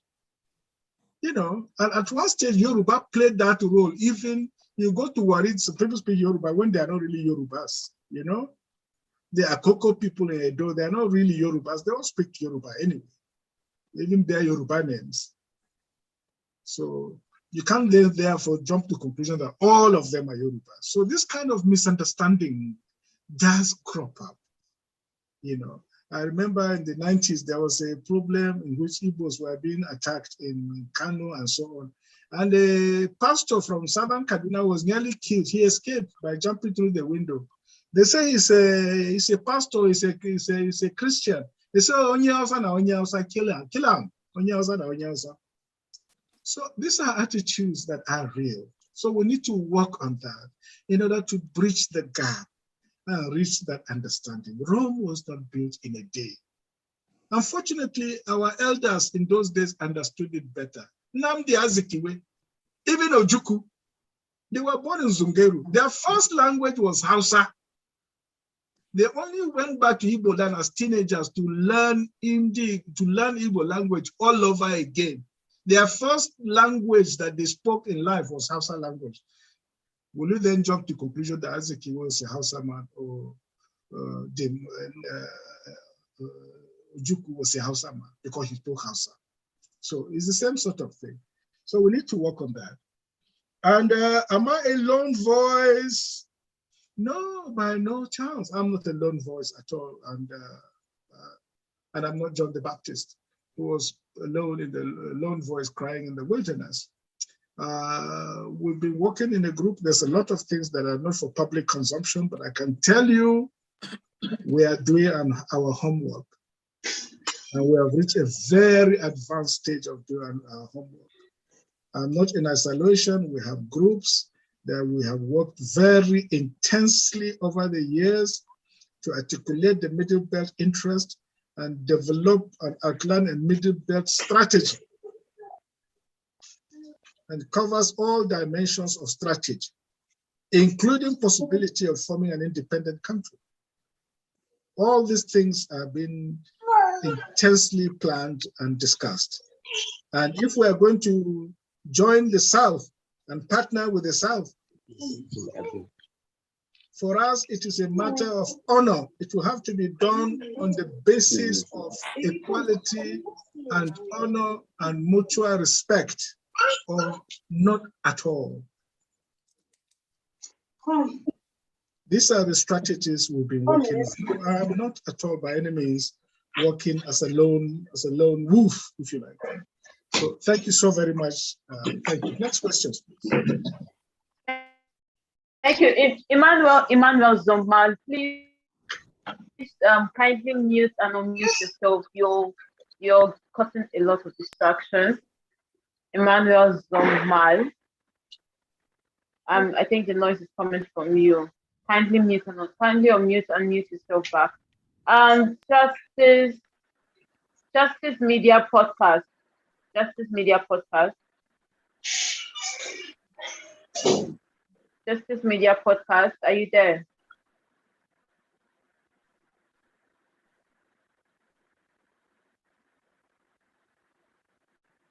Justice Media Podcast, are you there?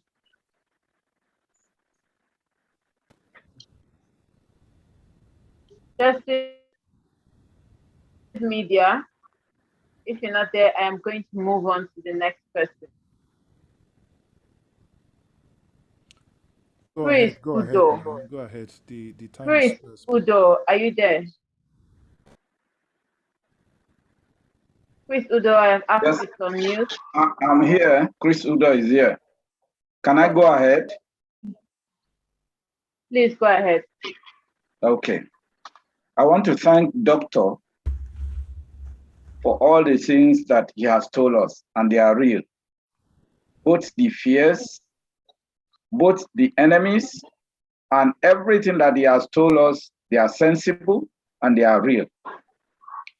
Thank you. But I need to bring something to the attention of Dr. Mailafia. You talk about what happened in 1800, 1804 to 1808, which is the history of what led us to where we are today. When Uthman Danfodio first landed in a place that was Sokoto then, and now use that as a launch pad to now take over the entire north except Borno. He was not alone. The Fulanis have actually over the years outsmarted everyone, in the sense that they never won any battle. That is the truth. They used the indigenous, the people from that land, to win the battle. I still remember 1967, 1970 war. I was very small, but the picture is still right here with me. Middle belts by that time were used. Gowon was used. Gowon is alive today.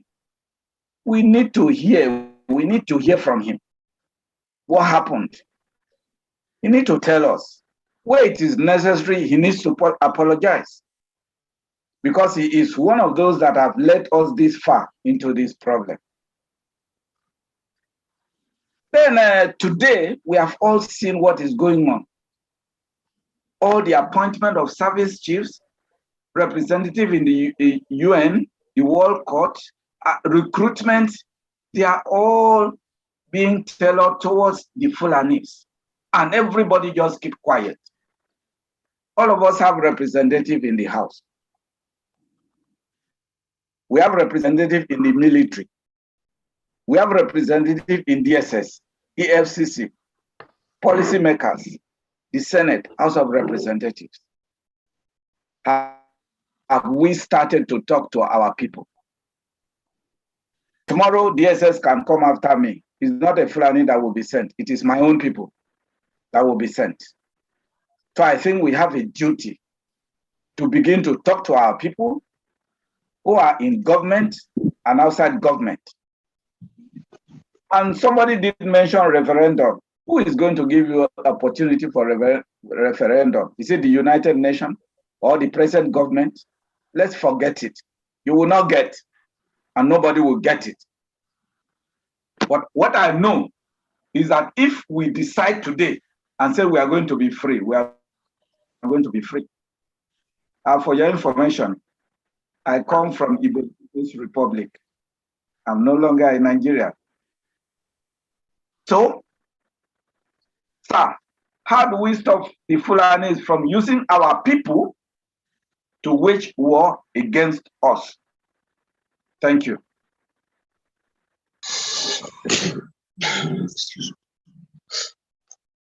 Okay, thank you.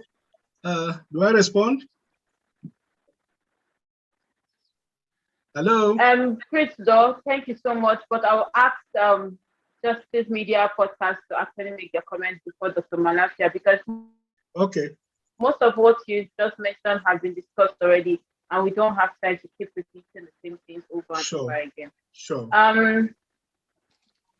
Yes, thank Justice you. Media Podcast.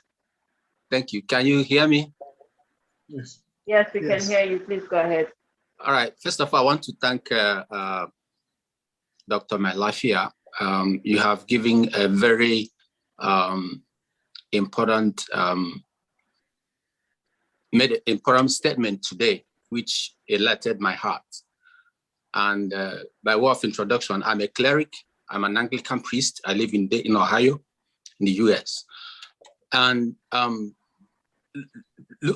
looking back to what is going on in Nigeria, we all listening here must understand one thing, that I'm not a prophet of doom. Nigeria is irredeemable. I stopped praying for Nigeria. Listen, I'm talking as a cleric.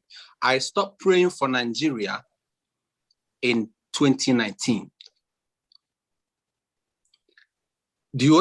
I'm an Igbo person as well. The only people that I pray for is the ethnic Nigeria. All the ethnic nationalities in Nigeria is what I am praying for every day of my life. And I will continue to pray, because whatever thing that we are doing, in quotes, I use quotes, as Nigerians, is based on our ethnicity. I want to go back a little bit. If you look, I have been opportune to travel. I lived in China for 3 years, and I see how China works. And when there was a riot that happened in 2007, I was one of those that called one of those guys that is still around. What is his name again? I forgot. He works with in Beijing. He has to fly in from Beijing. I was one of the people that was able to calm the nerves of Nigerians because they marched on the street of China. It has never happened before. The Chinese government brought out their ammunition, everything to shoot. I was one of them that stood up and said, please, we can resolve this thing. Let's back out a little bit. And we did, and things were resolved. Because wherever you go as a Nigerian, they will hunt you down. And our embassies cannot do nothing. Last year, I came to Nigeria. I have to come in with a visa because for 1 year, I was going for my expired passport. I don't use the Nigerian passport anymore. If I'm coming to Nigeria, I'm coming in as a visitor in my own country. Come on, let's be realistic here. But I mean, with due respect, sir, Dr. Mailafia, I know you have a whole lot in your hands. And it beats my heart. It pains me so much that people from your area is being in this kind of situation that they are. Every day you will hear 30 people killed, 20 people killed, 15 people killed. These are not water. This blood is flowing in their veins. Not only in North Central, it's everywhere in Nigeria. It is irredeemable. What is the way forward? Because whatever thing we are talking about here, or whatever anybody is saying here, what is the way forward? According to what you're saying, how to bridge the gap to the north, the middle belt and the south. Handshake across the Niger. Something like that has happened before. But who are the people? It was sabotaged. That gesture was sabotaged because according to the last person that spoke, he was saying that, look, whether you like it or not, there are people there in our states or in our local governments and everywhere, our politicians, which are the problems. They will always find them willing to do what they want to do. Now, if you look at Europe, you see that Europe is divided according to their tribal entities. And now some of them become European Union. If you go to Germany, they speak Dutch. If you go to France, they speak French. They are in EU, right? They fought before they were able to come together and do this. The way forward.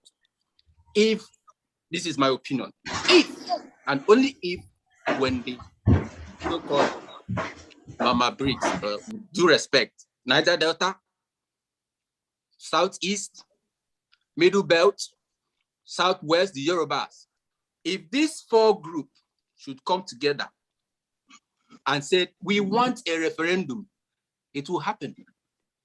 Whether they like it or not, they will give it to us. Because what we are talking about is, look, I am almost 50 years old. I'm almost 50. Next year, I'll be 50 years. We are talking about our children, not us. We can fight this war.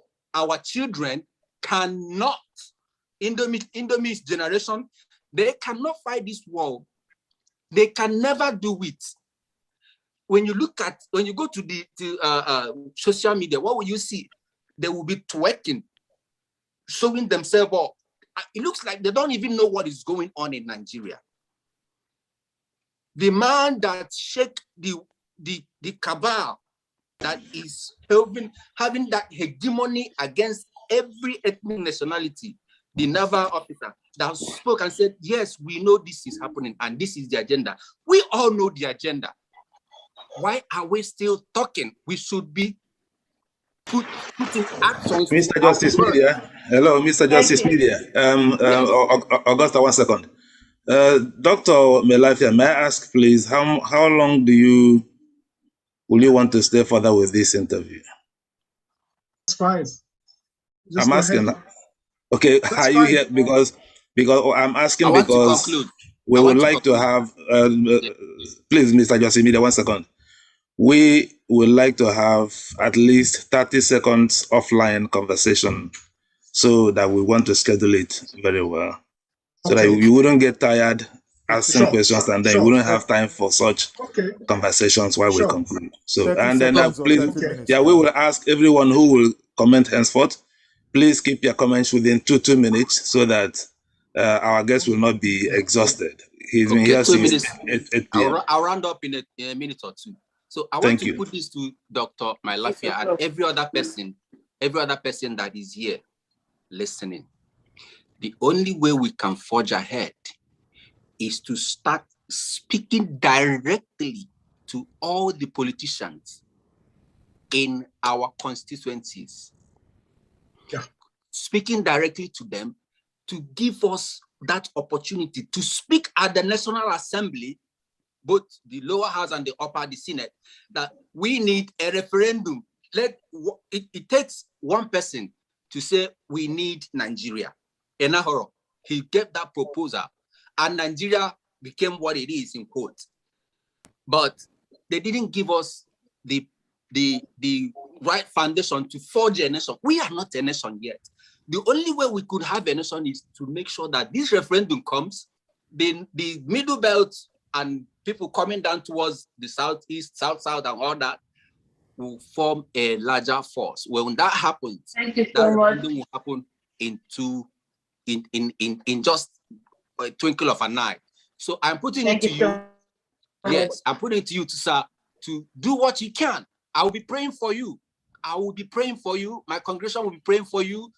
And every other person that is going to make sure that the next generation, we leave something for them. We must have to die for something. God bless you and thank you. Thank you. Thank you so much. I'm going to call on the next person now. Dr. Wejigwe, please, I would ask you to please summarize. Yes, very brief. Submission. Yeah, very brief because they've contributed most of the things I'm supposed to talk. Thank you, Dr. Mailafia, for your kind exposition. Yeah. First of all, I have a question to ask, but I want to base the question. Those two questions will be predicated on two events. First, Nzogu's coup statements, and then Gideon Oka's coup statements. You find that Nzogu was directed on the politicians, those we call political profiteers. And then Oka was pungently, he pungently directed his case on the Fulani domination, what we are suffering now. And I recommend people to read take time to read these two coup statements. And these are the major problems we have today. We have elected officers, senators, governors, all of them. The people will be doing something, the Fulani and their armed men will be killing their people. They will just be there in the National Assembly, in the state houses of assembly, ministers, or whatever, with their police around them, sharing money. They don't feel anything about it. Now, these are the major two problems, the major problems we have. The politicians and the Fulani people. These are two major things. Because I believe that if one cannot be effectively solved without the other being tackled, how do we, because the easiest key to the solution of the problem now is to call our politicians to order. Because I know if our elected members, if the whole senators in the South today decide to boycott the proceedings, or the whole members of let me say the National Assembly, if they decide to boycott the proceedings on account of the insecurity of the town, I don't think this government, will continue to act with impunity or blind eye or deaf and dumb over the security problem. We are not talking of Middle Belt South coalition. How do we bring our politicians on their knee? Because these are the people who have the ability to discourage the downtrodden masses, intimidate them with the available security around them, and also entice them with their ill-gotten wealth. How do we manage this? Because these are our major enemies now. Okay. Yeah, okay. Thank you so very much. Okay, Dr. Mailafia, Yes. I'll just call on one more question and then I'll allow you to just react and comment as well. Mr. Felix Oti. Thank you very much for the opportunity. Dr. Mailafia, it has been a pleasure listening to you. Thank you. And every other person that had spoken. Because of today's program, I had to catch up on the goings on in Plateau State. I did a lot of reading this morning up to the afternoon when the program started. And I came across a lot of things. Yes, I'm narrowing it to what is happening in Plateau State because I was in Plateau State the last time was in 2001. And if you remember, there was a major crisis. I had to run from Plateau State back to Benue State because of an issue of killings. It kind of surprises me that these problems have not been solved, even when you go back to the times of Solomon Lar as governor. We had issues then before Solomon Lar, all of that time. I have family in Jos. I still have family in Jos for over 50 decades they're there. All the things I read today seem to point to 4 reasons why we have all these killings, recurring killings, dating back to as far as I can remember. You have religious killings. You have economic situations that seem to be, there seem to be a economic disparity among some tribes. And you have the ethnicity issue between the Hausas and the B.I.A.F.R.A. You have discrimination, the so-called indigenous and non-indigenous status. And then, of course, the reprisal attacks, which you kill me today, tomorrow I'll retaliate, and all of that, and all of that. And this has been going on for a very long time. You have the major tribes, the B.I.A.F.R.A, the Anagutu, and the Afizera people. My question is this: having known these things, and having known the extent of these problems, why is it that the problem 30 years ago is still the problem today, and probably will be the problem 20 years from today? What are these ethnic groups and the so-called settler groups? What legitimate or genuine effort are they making to ensure that, since this problem has already been discovered, to ensure that a solution, a lasting solution, is found, so that all these killings, 1,700, 260 something, I mean, I kept so many numbers today that I just could not contain myself. What are the politicians and the military and the leaders and all of these people doing to solve this 100-year problem? Let me just put it as 100 years. That is my question. Thank you. Okay. Just before we let Dr. Mailafia reply, I would ask that if your hand is up just for a comment, please keep it to the comment section, and maybe after we stop recording and we start the informal chat, you can now make your comment. But if it's a question, then you can put your hand up. Dr. Mailafia. Thank you so very much, Augusta. I have here questions from 3 people. First is Chris Udo. And I agree with him that, yes, the Fulanis never really won any wars.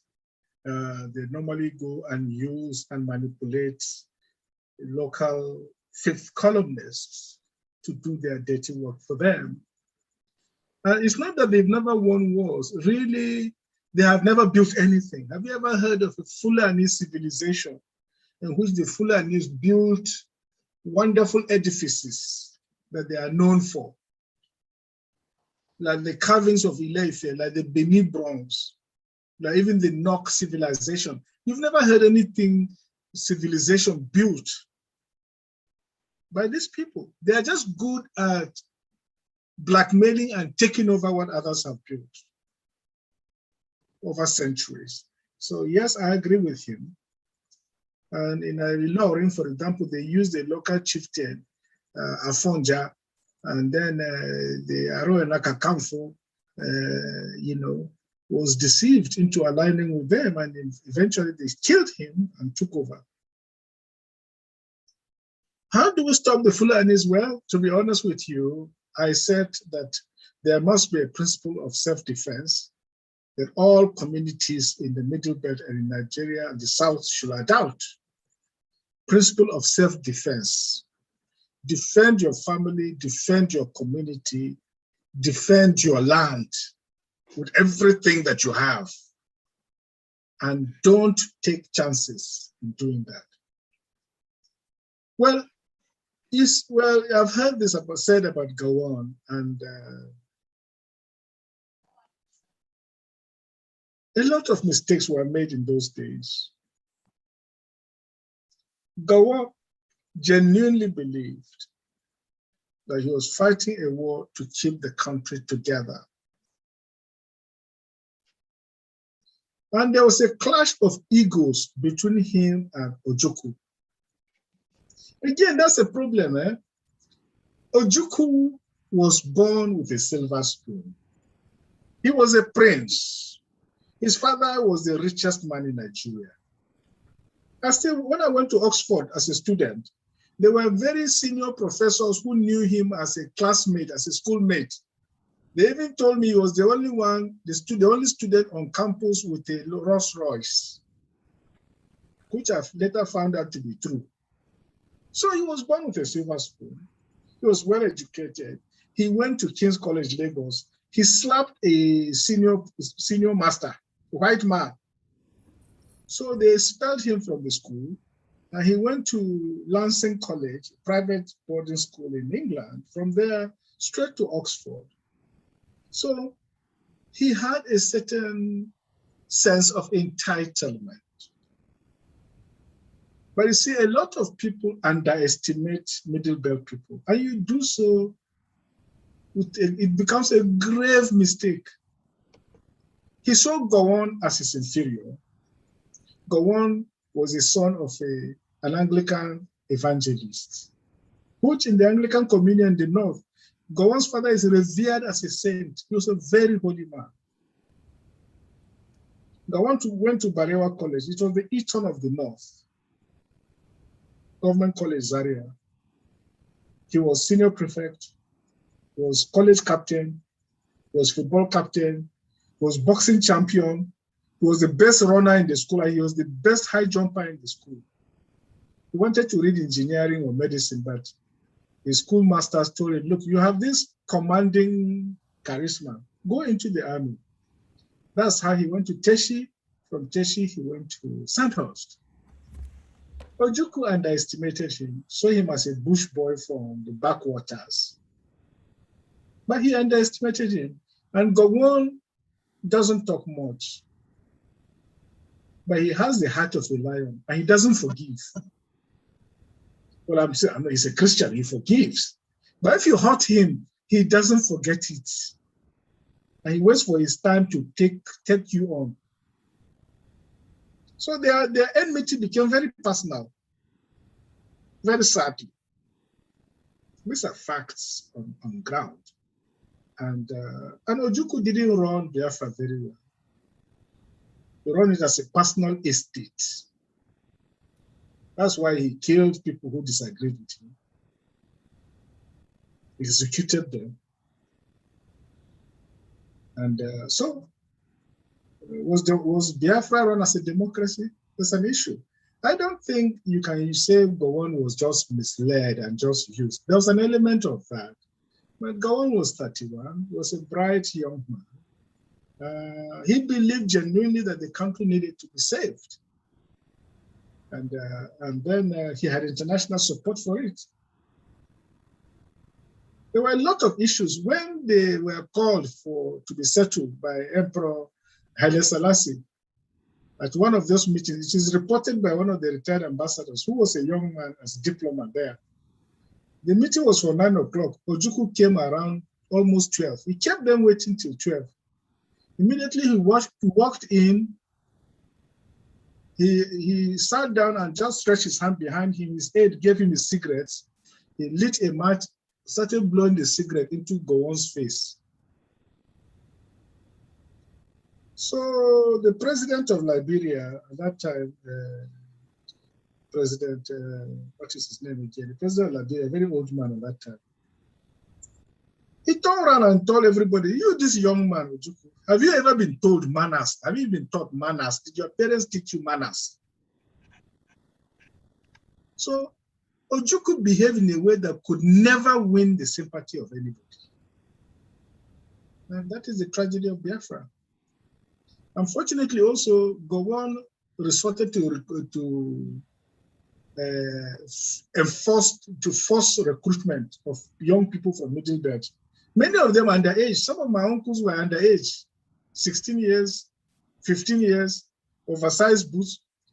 Take them to the forest. They have never seen a forest before. And please let the records be very clear.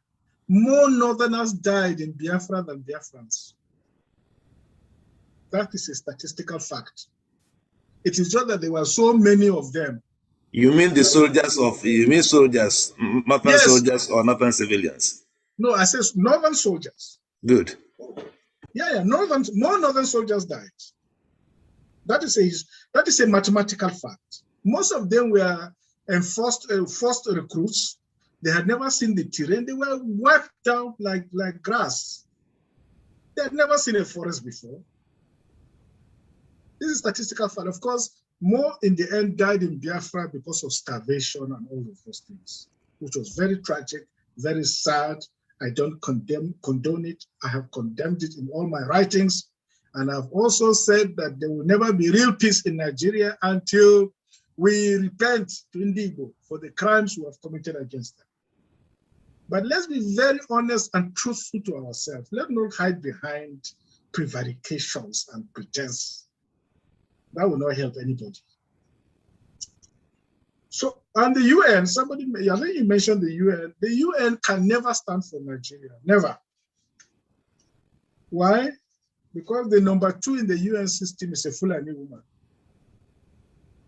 The president of the General Assembly, the Nigerian Permanent Representative, and the president of the General Assembly is also another Fulani man. And they were strategically placed there to make sure that any topic on genocide in Nigeria, it is shut down. And until recently, the chief prosecutor was a Muslim woman from the Gambia. She studied in Nigeria, went to University of Lagos, went to Nigerian law school. She knows Nigeria in and out. She was totally on the side of the Fulanis and was not sympathetic to us. So you can understand why anything Yorubas, Biafra, right to know, when it reaches the number 2, she will now throw it in the dustbin. It will never reach the Secretary General of the UN. Never reach. So anyway, Justice Media, well, thank you so much. As a man of God, I think you should never be tired of praying. You should continue to pray for Nigeria. I don't think why you should not.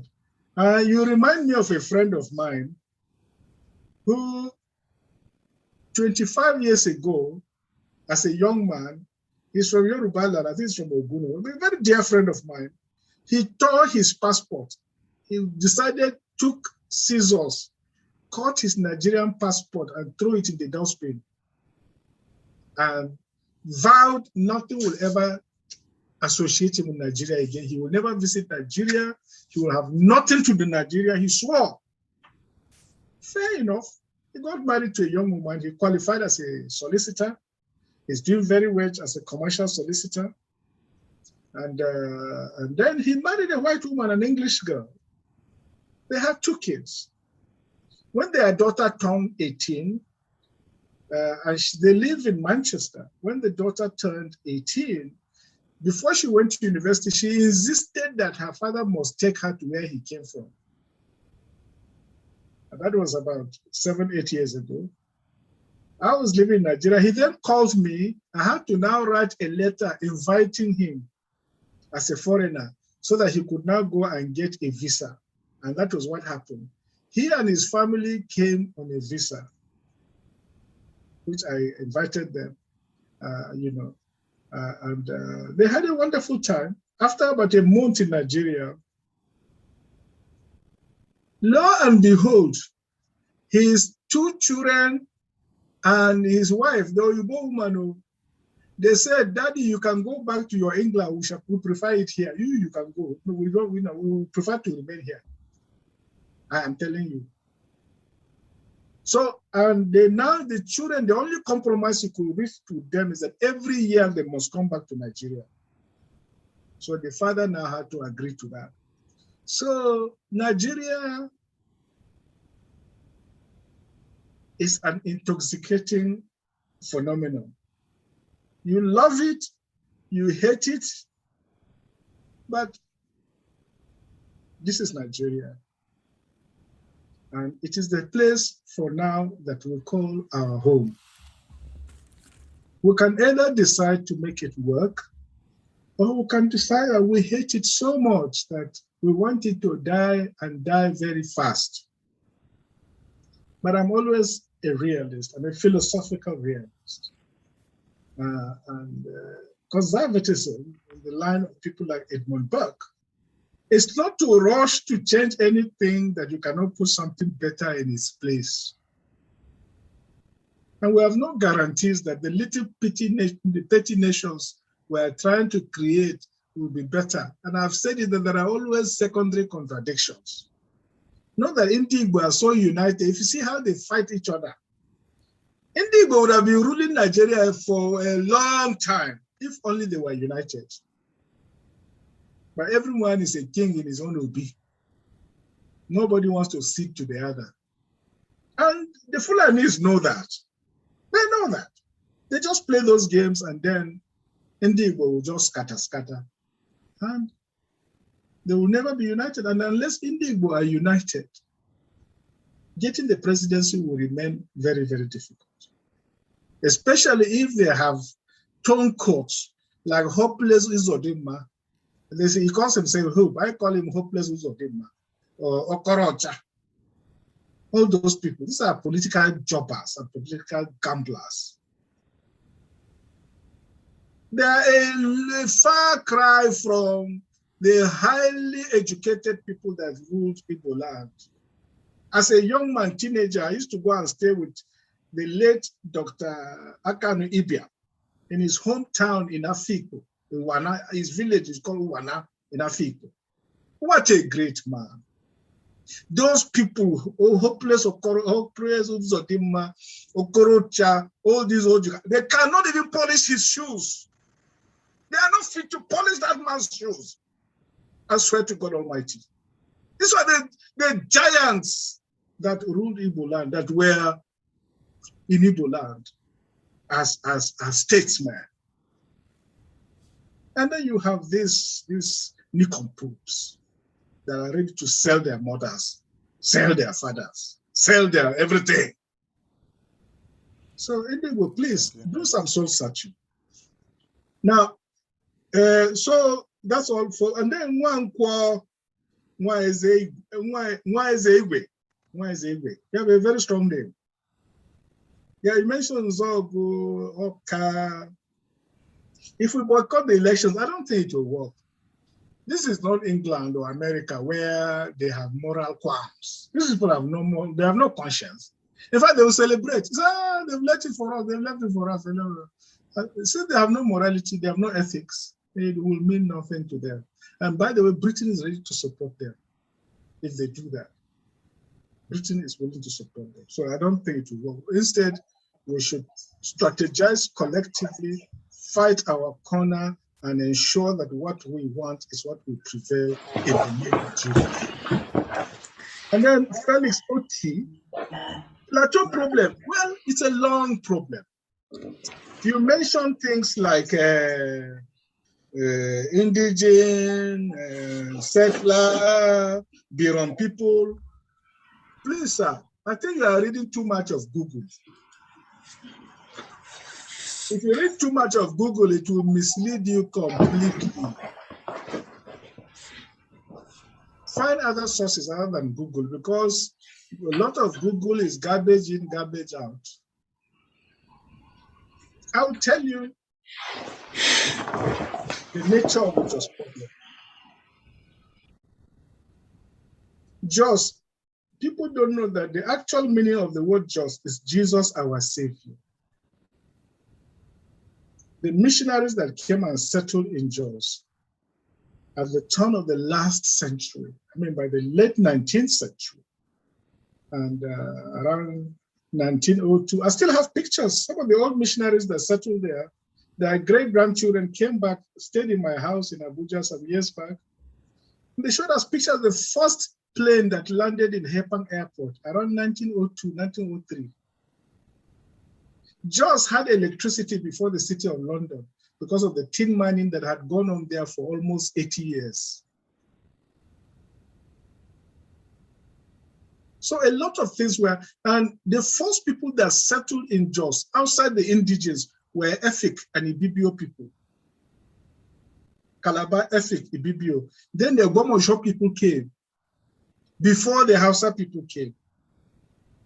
Then the military with their shenanigans decided to create Jos North local government, where the Muslims, the Fulanis are predominantly settled, in the hope that a Fulani Muslim will become the chairman of that local government. The military under Babangida created that mischief.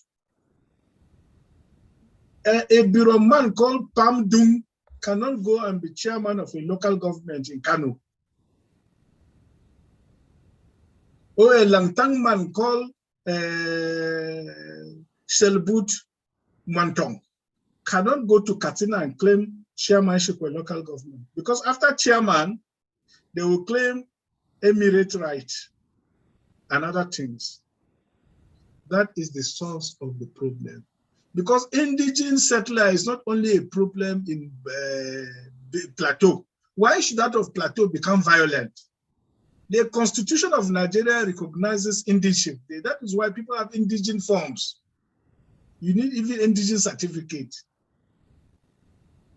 If I go today to settle in Enugu, a place I love so much, I love Enugu people, I don't know why, I just like them. I like to go to Enugu and spend some time. But no matter how long I stay in Enugu, I will be a settler, I will not be an indigent. And I will not take offense. But the Hausas not only want to take offense, they want to be the ones to rule and call the shots. And once they take over that local government, they want people, illegal immigrants from Chad, from Mali, from everywhere, they'll be trooping in and they'll be giving the indigent, because the chairman has the right to issue indigent certificates.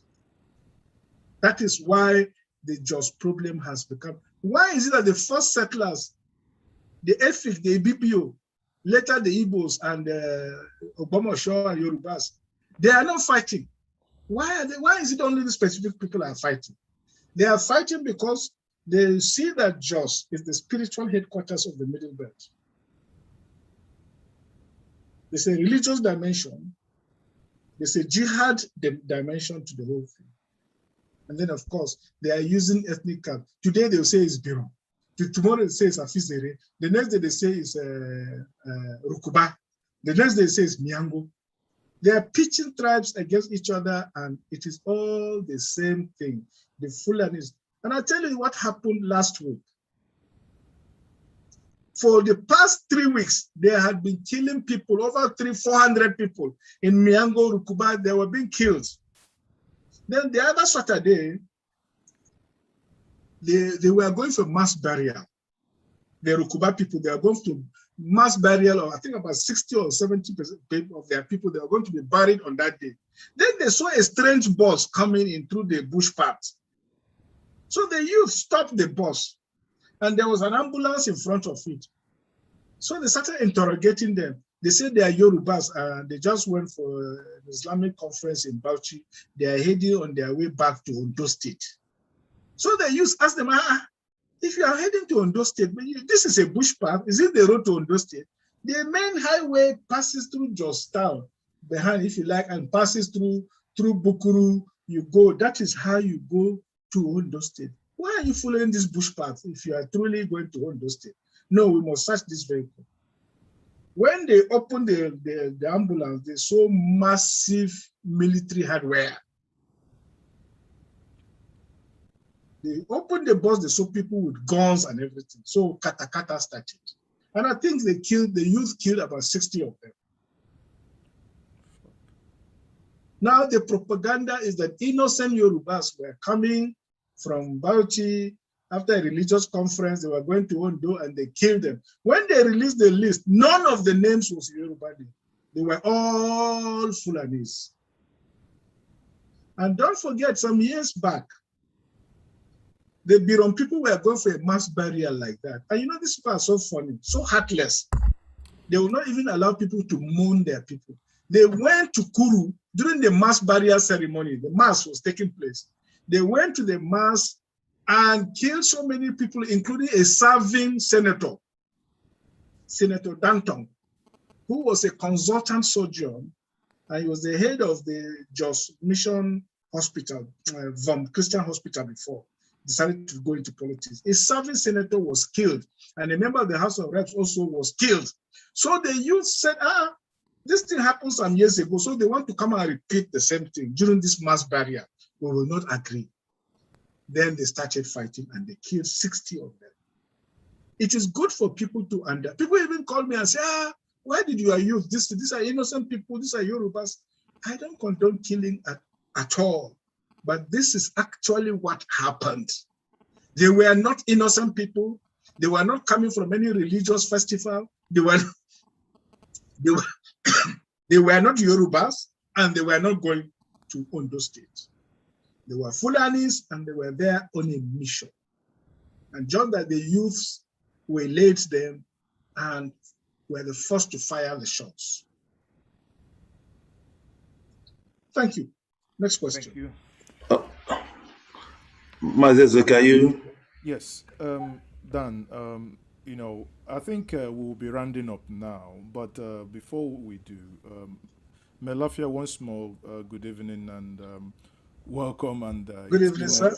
It's been a pleasure listening to you. And thank you. I have a very simple question. You know, you said that you believe in Nigeria, and at the same time, noted that Nigeria is not working. That's a contradiction.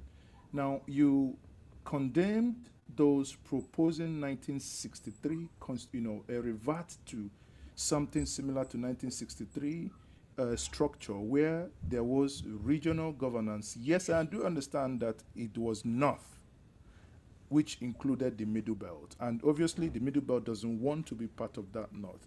Now, and in this room, we have people also yearning for referendum.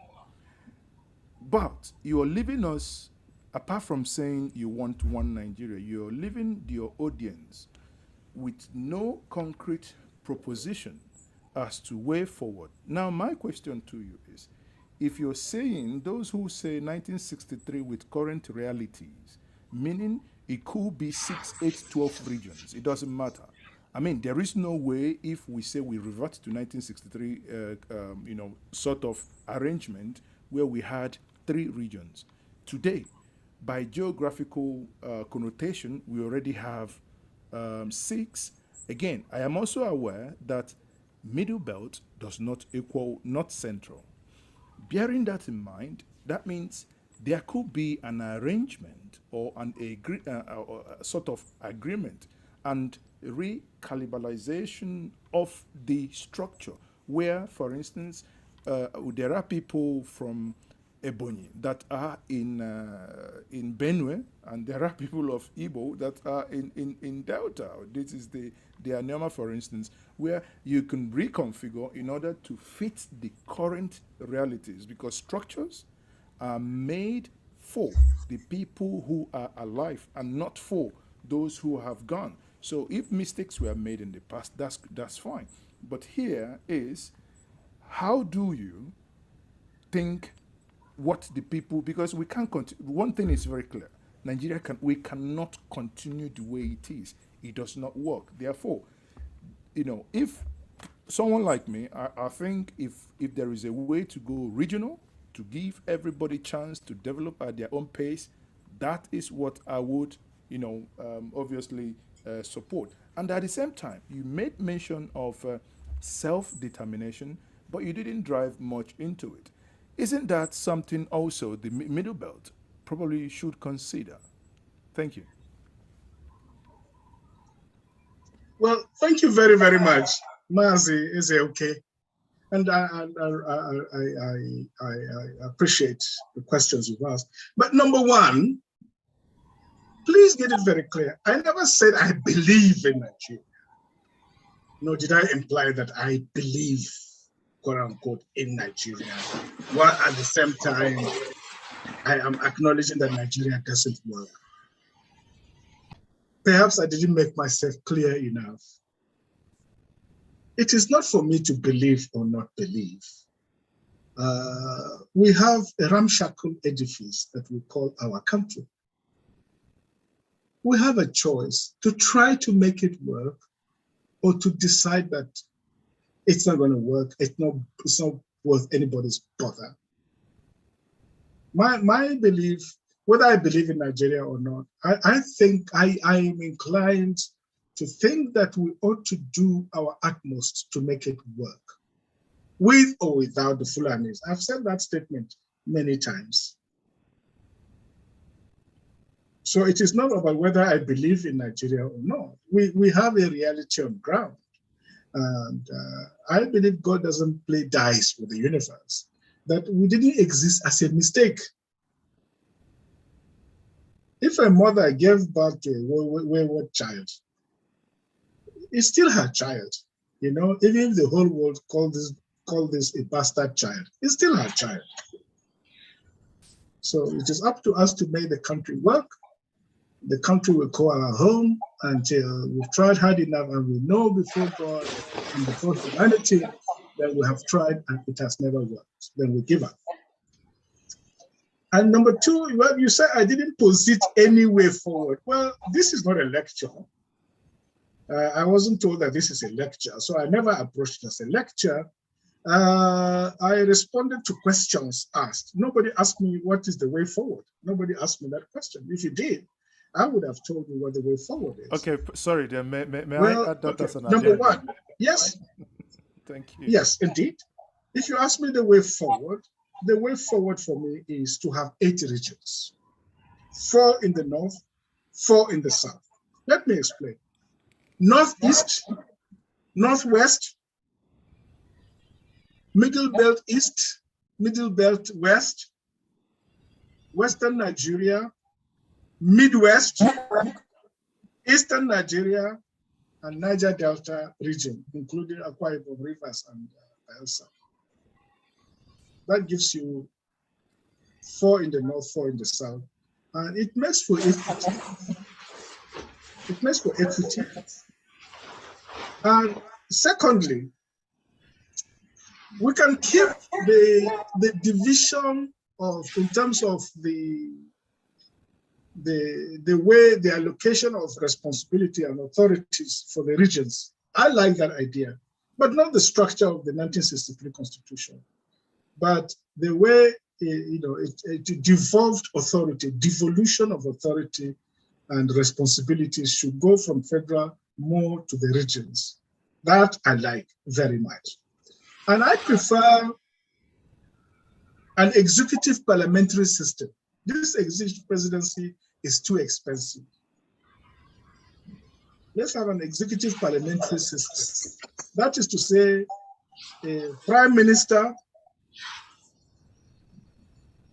with executive powers, and if you like, with a ceremonial president that is rotated. And I think the principle of rotation is implicit in our constitutional conventions. Implicit in the sense that when we saw is the turn of the North, is the turn of Yoruba, is the turn of Indigo, is the turn of this, we are implicitly saying that we recognize the principle of rotational executive. So let us put in the constitution that the president, the parliamentary prime ministership will rotate between these 8 regions. It will rotate between these 8 regions. In Switzerland, they do it a year. You spend a year, off you go. The next province takes over. Thank you. Say it should be a year. I would say it should be something like, 4 years. Thank you, Dr. Mailafia, so that I think you've addressed that question. Let's quickly take the rest of the questions and then round up. Let's just allow these 6 hands up to just two minutes, and then we round the discussion up. Let's start from the top. Bro Chidera, please. And then Mr. Jacobs, and then down like that. Thank you very much. Doctor, good evening from here. Hello, good evening, sir. How are you, Brother Chidera? Well, thank God, sir. Sir, well, my time is very little, but I have a lot of questions to you. Number 1 question is that, knowing all that you know, yet you stick in one Nigeria. Why? Sir, is Middle Belt and the South have not died enough? What is it so special in this Nigeria in particular? I'm 37 years old. When I applied my passport to come to this country, the receipt given to me by immigration says 6,000 naira, and I paid 30,000, but official was 6,000. Sir, listening to you several times an interview give us hope, but change of tune these days, is it because of the DSS invitation to you? Did anybody harass you to lower down your voice? Sir, knowing all you know, sir, with all due respect, you were when an adult far before Abiola was died from South. You know Denegua, he's from South. You know Ghana is from the Middle Belt. You know Nnamdi Kanu is from the South, is Southeast. You know Sunday Igboho, he's from South. Everything happens is from South. All the blood is from the South and the Middle Belt. Not ignore that the North are dying also, but not are dying, but they choose to keep quiet. Why did I say so, sir? During the EndSARS, you saw in EndSARS, the Lothan leaders are telling their brothers that they should stay where they are. That is the purpose of the EndSARS is made to overthrow Buhari. Why everybody in this country know for sure that the brutality of the SARS are completely out of hand. Nobody tolerated that. Sir, you are from Middle Belt. Governor Autumn is a very good example. And he's the only governor among the 35. You heard what he said recently, that he's spoken to the man leading you people in that nation. And he stated clearly that he wants an open grazing.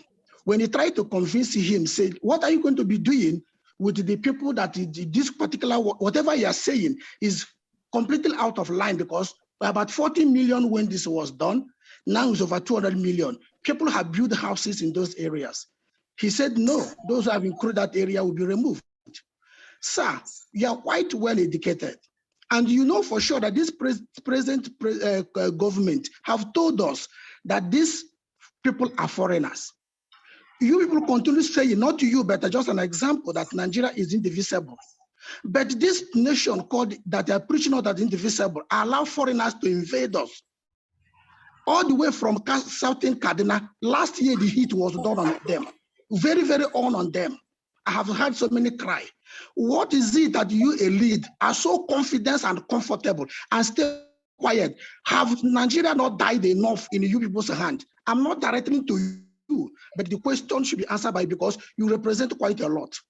Nigeria may be well favored you, but how about us that want to come home?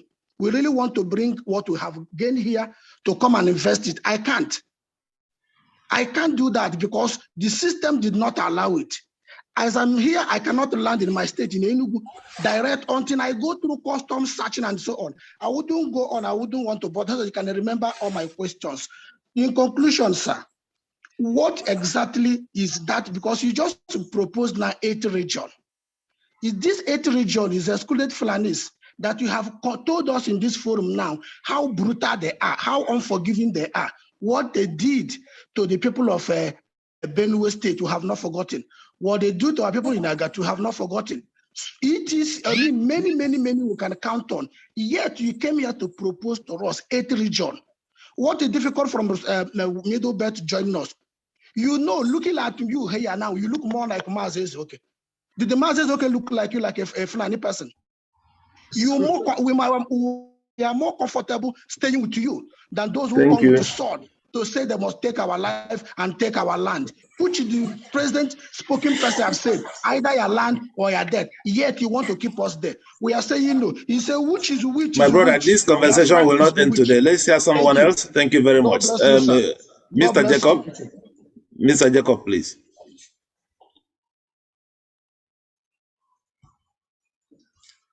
Mark Jacob. Beatrice Simon, unmute yourself. Otherwise, YBNDK, please rename your device for me to call you. I need to know your full name. Adesa, please. Mazi Ezeluchie, please. Yeah, thank you. Thank you. Can you hear me? All right, go ahead, Adesa. Can you hear me? Adesa, go ahead now. Okay. Thank you for giving me this opportunity to speak to our honorable man on the platform. The only thing I want to ask is that why is it that we don't look? We are shy away of putting equal hand on the table with this government. Like, based on my own critical analysis about this government, I'm thinking that they only believe in someone that comes to the table with a ham, with somebody that is able to show them that, look, I can vandalize the country economy like the Niger Delta did, or I can cause a chaos that will affect the coming in of revenue to the government. Then they can negotiate. I realize that the South are always on the peak, like they don't want anything to tarnish their image. They're always on the protest. But when you look at the Boko Haram, the ISWAP, the people that are stealing, the kidnapper, the rob, all these people that are in the north that are doing all these things, the government seems, the federal government seems to be able to negotiate with them or send an insider to them to plead with them, to talk to them. Whereas when you see people that say they want to just put a placard on the street, they are not even disturbing the traffic. They come with the mighty arm of the government. People that are just maybe doing protests. That is what happened in the East, where IPOB almost become a monster in their hands. What they did. So I'm asking our honorable gentleman, can he take a critical look and think that, because these people we call the Northerners, or to be honest with you, everyone above Kwara, Enugu, and Kogi, I call them Northerners.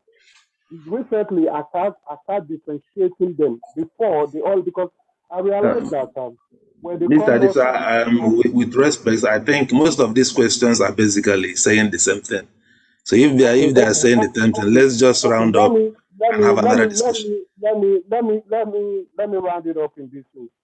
What I want to ask our honorable gentleman is that should we look at another aspect instead of trying to pretend? Should we come with a ham on the table so that the government can understand we really need business? Forget about referendum, forget about any other thing. All right, well, thank you. Mazi Ezeluchie, please. Okay, thank you very much. My pleasure. Dr. Mailafia, thank you for hosting us, for being part of this process. My question relates to what has happened, what is going on in Afghanistan, and the likelihood of a similar occasion taking place in Nigeria. If you look at if you compare both instances, Afghanistan, the state had over 350,000 soldiers, and the Taliban had about 75,000. but because the military and armed institutions in Afghanistan had been infiltrated by Taliban, it was easy for the Taliban to overrun the system. Now, that question in Nigeria, do you foresee, considering that the military and all the armed forces have been made in such a way that they're headed by this same clique, the Fulanis, are the state commands of the police, the DSS, the FCC, all the armed commands, all the armed services have been infiltrated and taken over by this group. Do you suspect, or do you have that feeling that a Taliban-like overrun of Afghanistan is likely in Nigeria? And that's just a question. So I would like your view on that. And then I also want to appreciate you for the comments you made regarding the civil war. Some of us have opined severally that part of why the Biafrans lost the war was Juku's personnel. So thank you for just corroborating that. Thank you very much. Have a nice day. Thank you so very much. Dr. Emmanuel, please. Hello, good evening. Thank you, Dr. Mailafia, for the painstaking exposition and for bearing with us. We know you are much more busy and elderly, but we really appreciate staying up with us. I have one observation and the second one is a question. I'll wrap it up in 2 minutes. The first is you made mention that the Ishekiri people and the Akoko Edo people are not Yorubas. They are actually Yorubas. If you listen to, they just installed a new Olu of Warri, the Omoshola Emiko. There was a rancor there, and they had actually made it clear on national TV that 5 families came down to settle 500 years ago around there in Warri, and they are actually Yorubas. They made it very clear. And that is why their king is Olu. They are Yorubas. And then the Akoko Edo people, they are a counterpart of the Akoko Ondo people. From Akoko Edo to Akoko Ondo people, they are just neighboring. It's the military creating states that cut them away from Yoruba people. They are Yoruba people, as in full-blown Yoruba people. Now, that's just the observation. My question is just one. I'm shocked that the people who believed in Nigeria, this one Nigeria thing, even though there's nepotism, even though we can't see a future everywhere, they are the older generation, above 50, above 60. Are you not concerned that 90 to 95 or even more of the younger generation to whom you will bequeath the responsibility of leadership, or to whom you will be leaving Nigeria soon if you get old and you retire from active politics or active participation in things like this? Are you not shocked that most of us don't believe in Nigeria anymore? Because the earlier we face the fact, the better. If we cover it under the carpet and sweep it under the carpet that we believe in one Nigeria, we believe in one Nigeria. Sir, I want to tell you that 90 to 95% of us do not believe in Nigeria anymore. And it's a very painful thing, and it's shocking, because if it is not solved now, it's going to come up in a bigger way, and we'll be handling something very much more dangerous. There is civil war looming, because we have come to realize that our race, our history is about to become extinct. Yoruba people have lived for over 13,000 years in that location, from the radioactive carbon dating they did.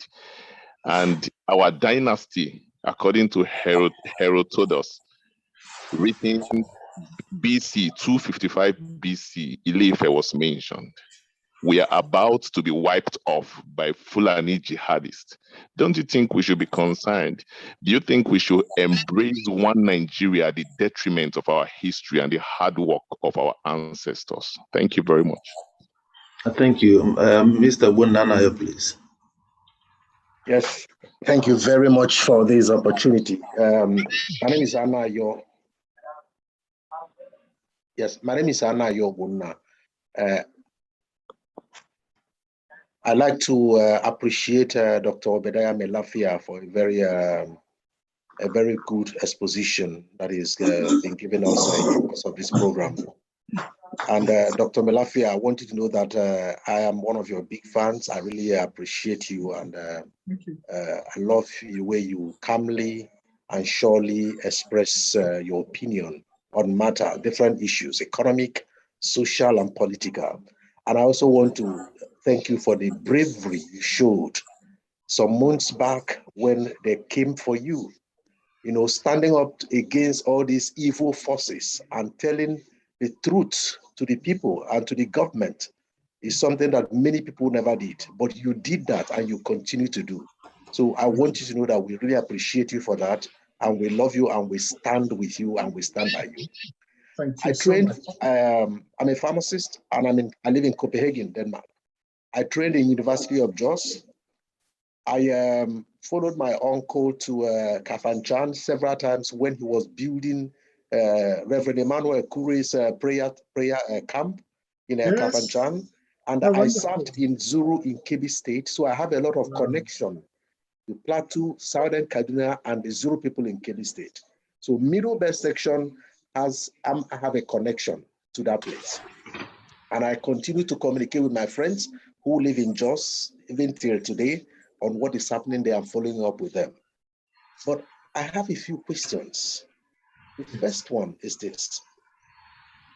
Why is it that our youths, especially in our Middle Belt zone, are not doing enough? I'm worried when I see or hear the Fulani young people, and they say they are Northern Coalition. They are Northern Frontiers. They call themselves different names, and they are the only ones speaking. I don't see anyone coming from Plateau or from Kaduna. I see a few ones from Southern Kaduna. Sokapu, Mr. Jonathan, Sokapu president, at least he's doing a lot, within his capacity. But we need to see more. Of course, I see a lot coming from Benue, but it's just the governors. We need to hear more. We need to see more people coming up. Because now we want to have a kind of a link or affiliation with them in the Middle Belt, but you don't see anybody you go to. So if our young people there can be, mobilized or informed or encouraged to speak out the more, so that young people from the Southeast, South can have a connect with them, that will help a lot. There are many of us at school in that area that will continue to support and stand by anything that happens. Anybody coming from Plateau or Benue or in all that Middle Belt as Southern Kaduna, we have a large population that's school there, and we are all affiliated to those places. So please, what are we doing with respect to motivating or encouraging the youths in this area to come up media-wise, speak out, talk, organize themselves, and be together, so that we can have a rallying point who we go to for things? That is number one. Number two question. I'm also worried when I don't hear General Yakubu Gowon say anything. I don't like dwelling what has happened during the war. I wasn't born during the war. But I know a lot of things happen, but I'm ready to forgive and move on. But why is he not saying anything now on the state of the nation? Obasanjo will come out and speak. Danjuma will come out and speak when they started killing people. What's his name? The guy from, all these statesmen, they come out. Thank you, Mr. Bonna. We don't hear General Yakubu go on say anything. All right, we have. Should be saying something on the state of the nation, because that will help a lot. Thank you. Thank you very much. Thank you very much. I'm afraid our time is running out. Joseph, please. Quickly, two minutes. I hope it will not run beyond 2 minutes now. Thank you. Yes, I thank everybody that is present. I want to really, really quickly express something that God has made me aware of. It is only by the spirit of wisdom, knowledge, and understanding that proceeds from God that I speak. I am an Igbo man that was born here in the United States. I came to Nigeria for the first time in 1997 in Ibadan. I was so nourished and cultured by the Yoruba people that for the rest of my life, I'll never forget the Yoruba people. Also, because of the kind of businesses that my family was in, I had a lot of associations with the Hausas. I was also very deeply nurtured by the Hausas. And when my feet touched the homeland of Igbo land, I can't express to you the sense of impartation of being able to stand on the place of origin of my fathers. So with that in mind, I just say that I'm speaking from a place of love for the entire Nigeria. But here is the problem that God has showed me that is causing so much problem. The number one question is, what perspective do you want to have? Are you going to take a God perspective or are you going to take a worldly perspective? They do not mix. You cannot mix the politics of this world with the spiritual truths of God. So that question has to be answered. It's the foundation. Are you going to follow? And this encompasses all of God's wisdom. This is not only for those that are in the Bible. This is not only for those that are in traditional practices. These are for those that understand that there's a deeper meaning to life beyond what is seen. So now that once that question is answered, we move forward. The second question is self-determination. People are failing to recognize that self-determination is rebellion to God. God created all peoples and all nations and all cultures and all tribes and all people of the world. And it is from God that we must get our purpose. Anybody who chooses to self-determine what their country is going to be or what their nation is going to be or what their own life is going to be in the absence of God's guidance is in rebellion to God. So if we say that we're going to take the God-given directive, then we must align ourselves with God. And in order to do that, we must go to him to make sense of the chaos that is threatening to wipe out the entire globe. Now, moving forward, God is the creator of all things. And in terms of the tension that's going on between the South and the North and everything that's going on, my only prayer is for all people to turn in sincerity to God. Because every ideology and everything that is born from the mind must bear the fruit of what it is born from. If you plant a seed of apple, you must get apples. If a person sits there and they use their intellect and their mind to produce any kind of ideology or solution to a problem, that solution in itself must bear fruit of what it is, meaning we must go to the source, and the source is God, and God is willing to give the wisdom, the knowledge, and the understanding that we need, but we must humble ourselves and understand that God is in control of all of these things and seek his solutions. Now, the question now comes, will a person be able to look at all of the things going on that's threatening their identity, their families, their sense of being? What do you, sorry, Mr. Joseph, what is God's solution for Nigeria? Quickly, 1 minute. The solution is this. I'm glad that you asked that question. The solution is this. All kingdoms of the earth will become the kingdom of Jesus Christ. All foundations that were not built by the hand of God will be destroyed. Unless God build the house, the people build in vain. So this is the time that's let me round up, please. This is the time where it says, when the foundations are being destroyed, what will the righteous do? So the solution is to please, don't find me or anybody else, but to find God and ask God, what is the action that I need to take in this given situation? And we will succeed. We will be able to say that we are victorious. I wish the best for everyone on this line. And I thank you so much, Doctor, for taking the time to answer these questions. And my main question is, whose side are we going to take? Are we going to believe God, or are we going to trust in man's wisdom? May we all be blessed. Well, thank you very much. Mr. Oche, please. Quickly, 2 minutes.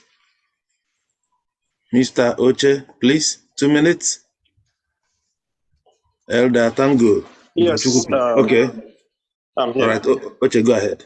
I had my notes somewhere and I had to leave, so I'll just have to make use of my memory. I just have a few comments.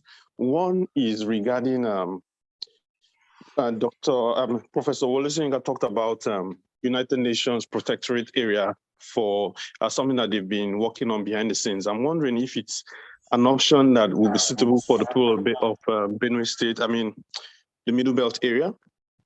Because, if we have, United Nations presence there, the killings may, reduce. Second thing I want to talk about is, sorry, I'm out of breath, but I'll be very quick.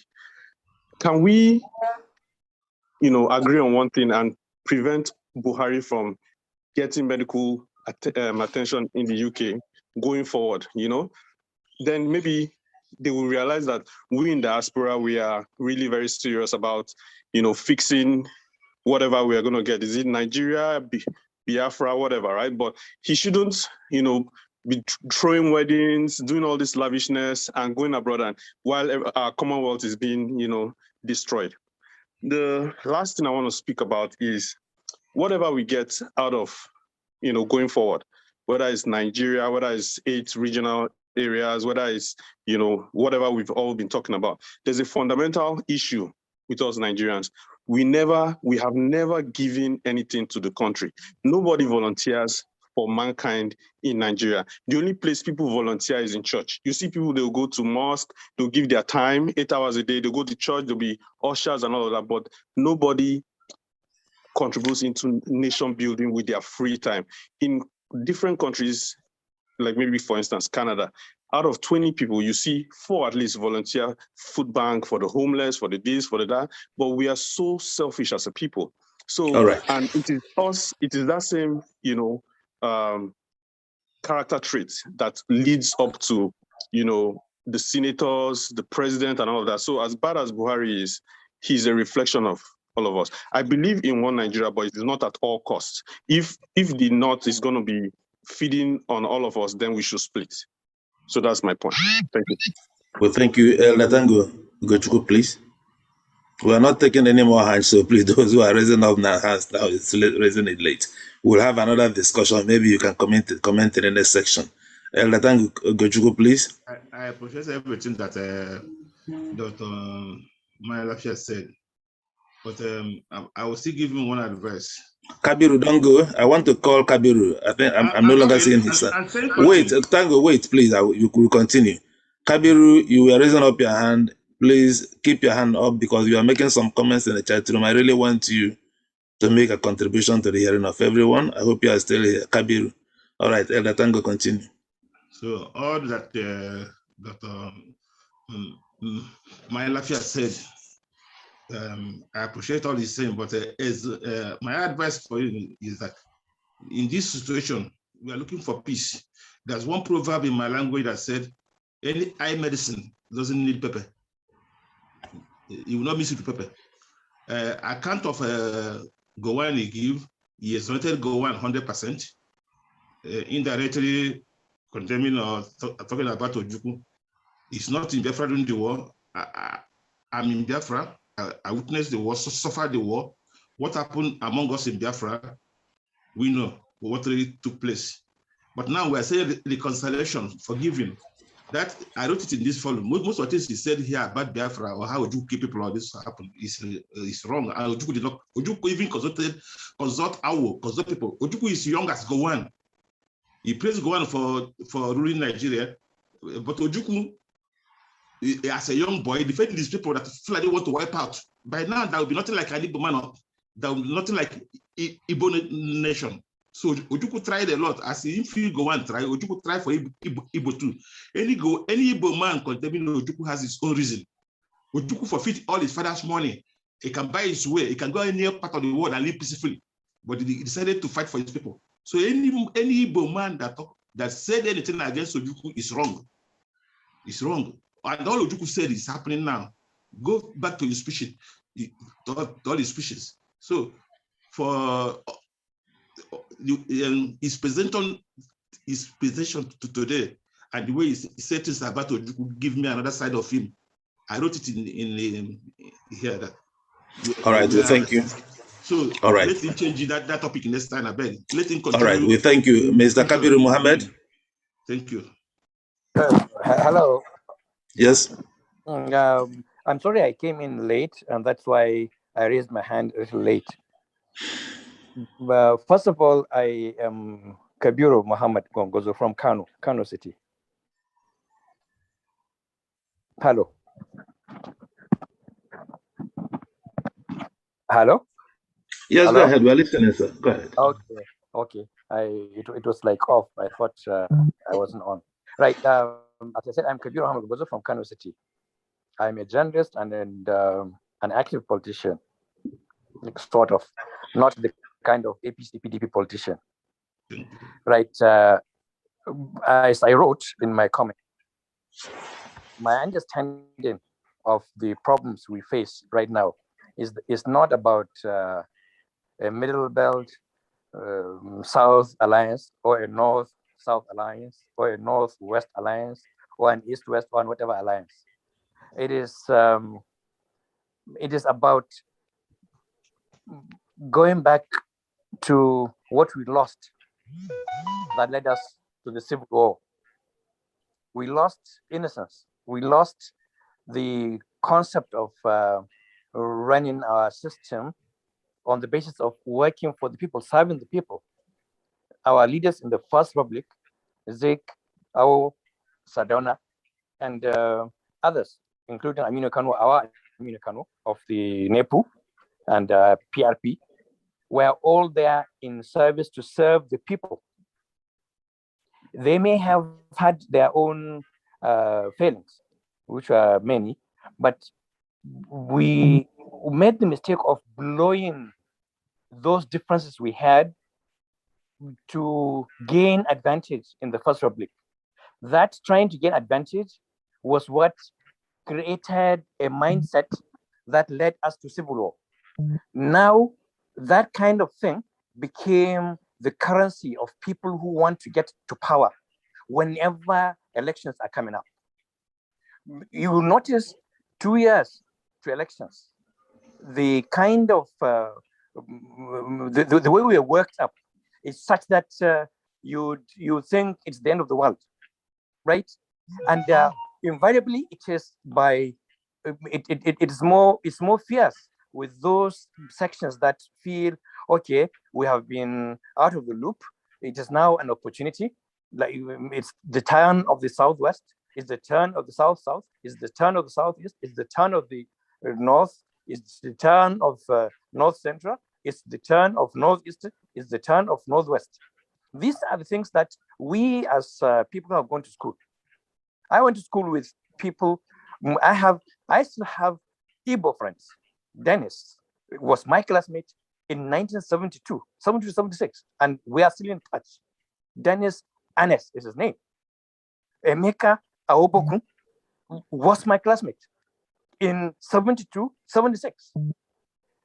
I still have, right now I have a text I have not replied to my friend, Paul from Kaduna, Monday from Kaduna. James Dimka was my classmate in Britain in journalism class.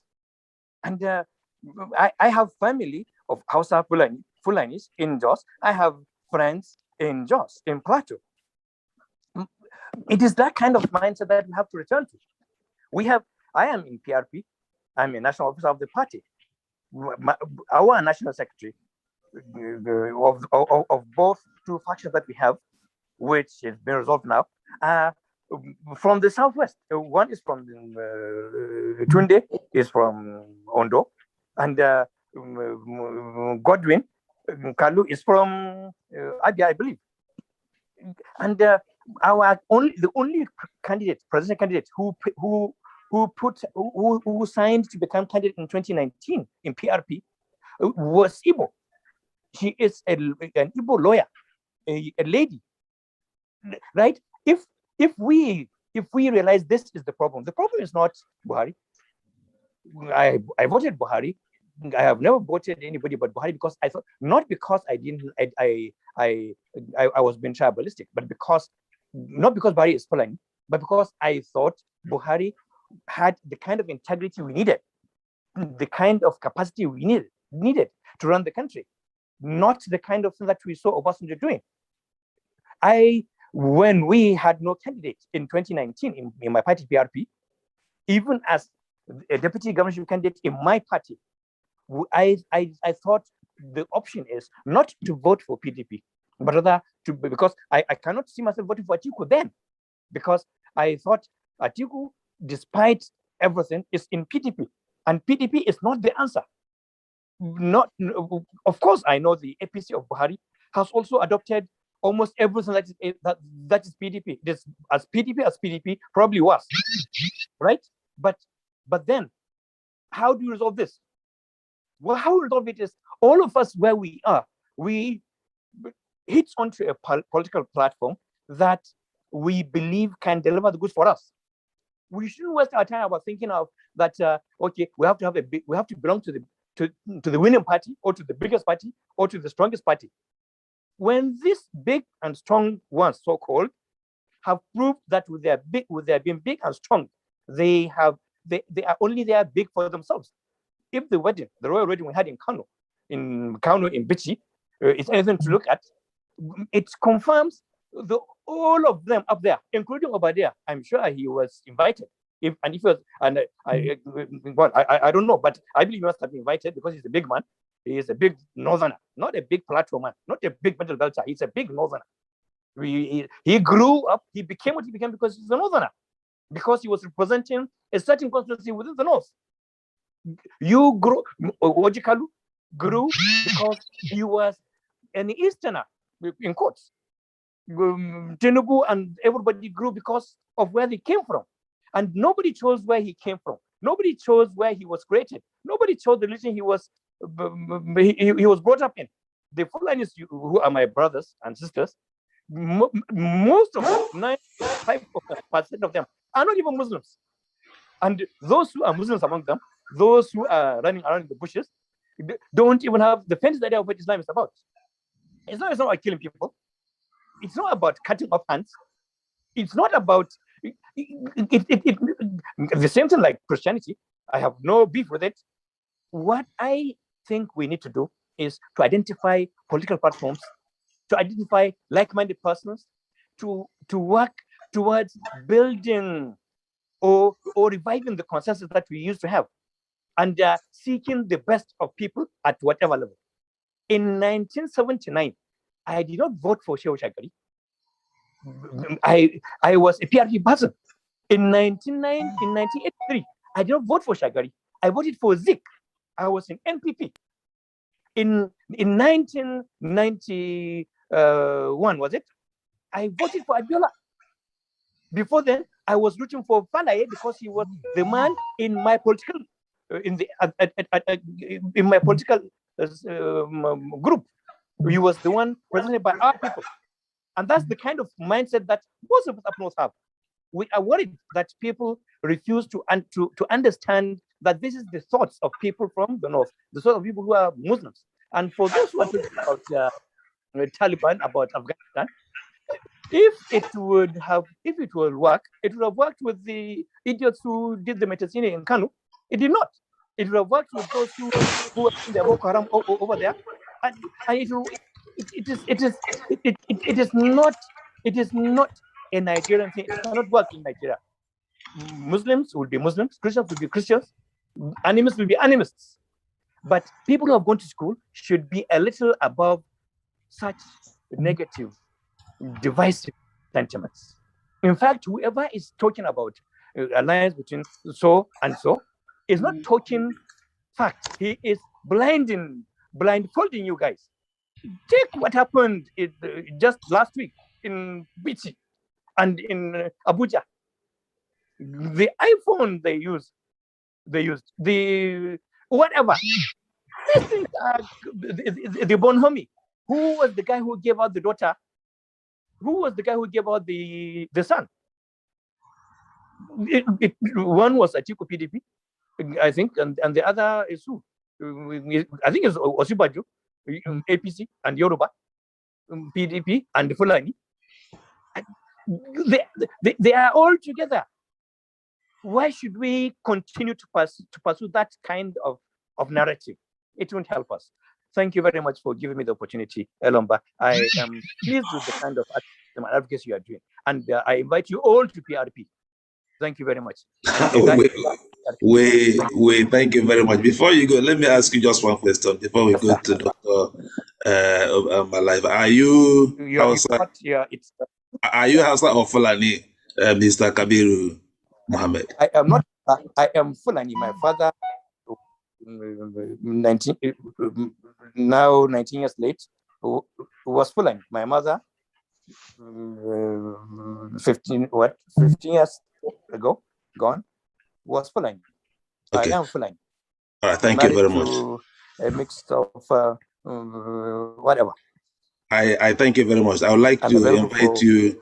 I would like to invite you in my program once, if you are able to appear.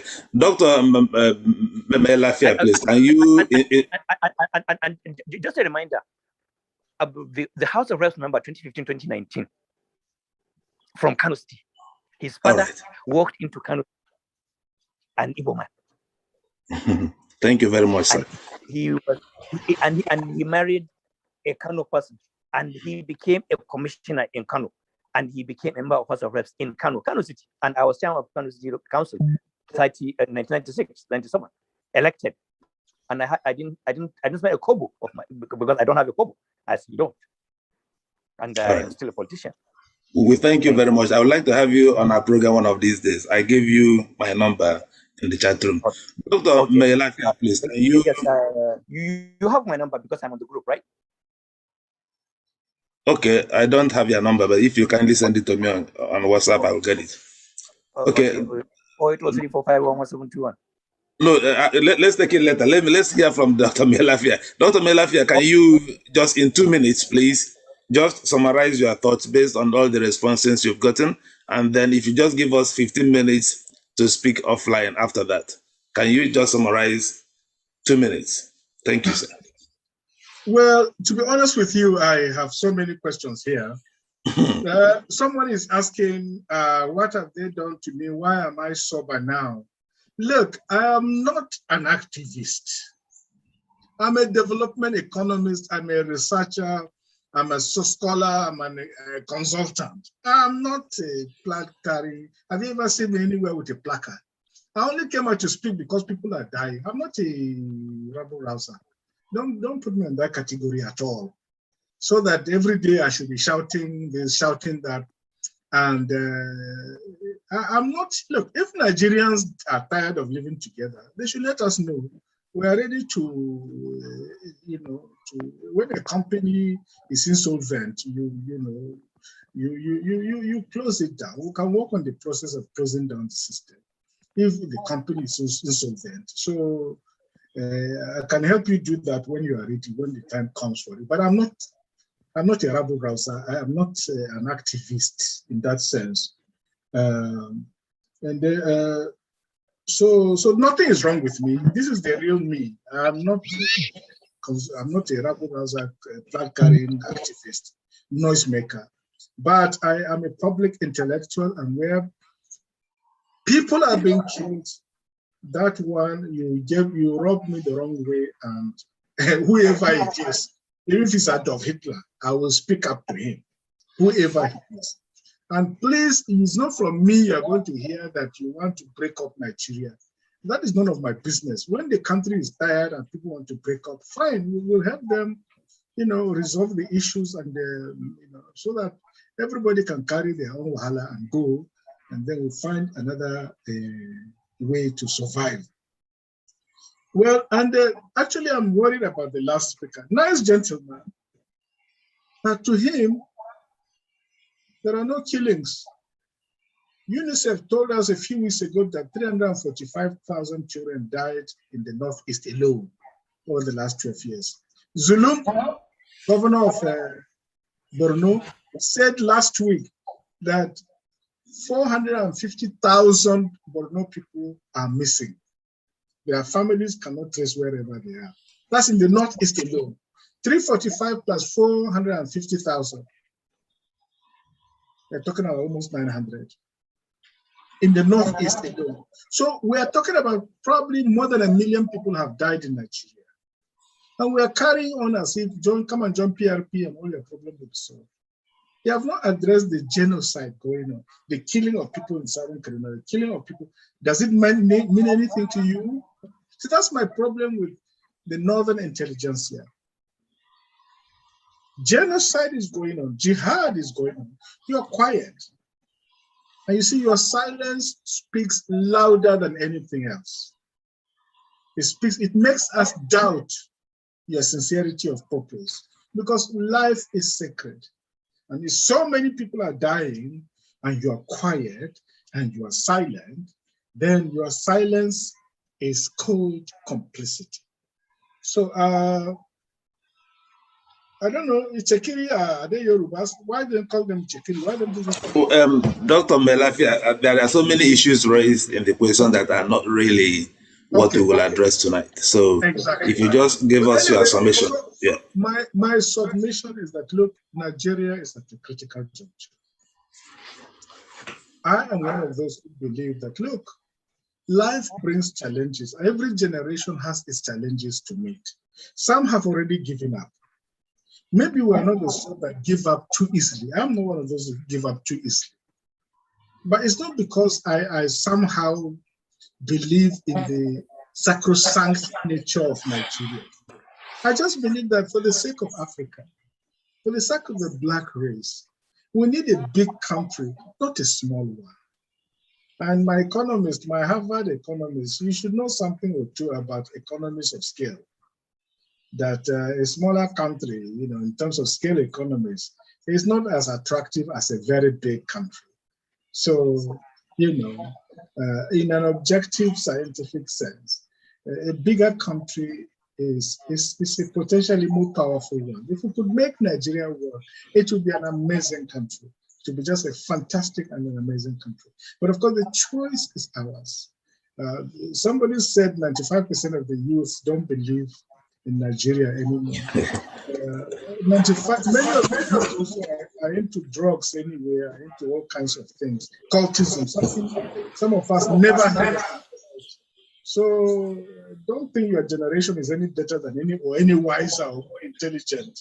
Dr. Mailafia, I thank you very much. It's been a very, very engaging session. We are happy and appreciate you are coming to our program tonight. And at this junction,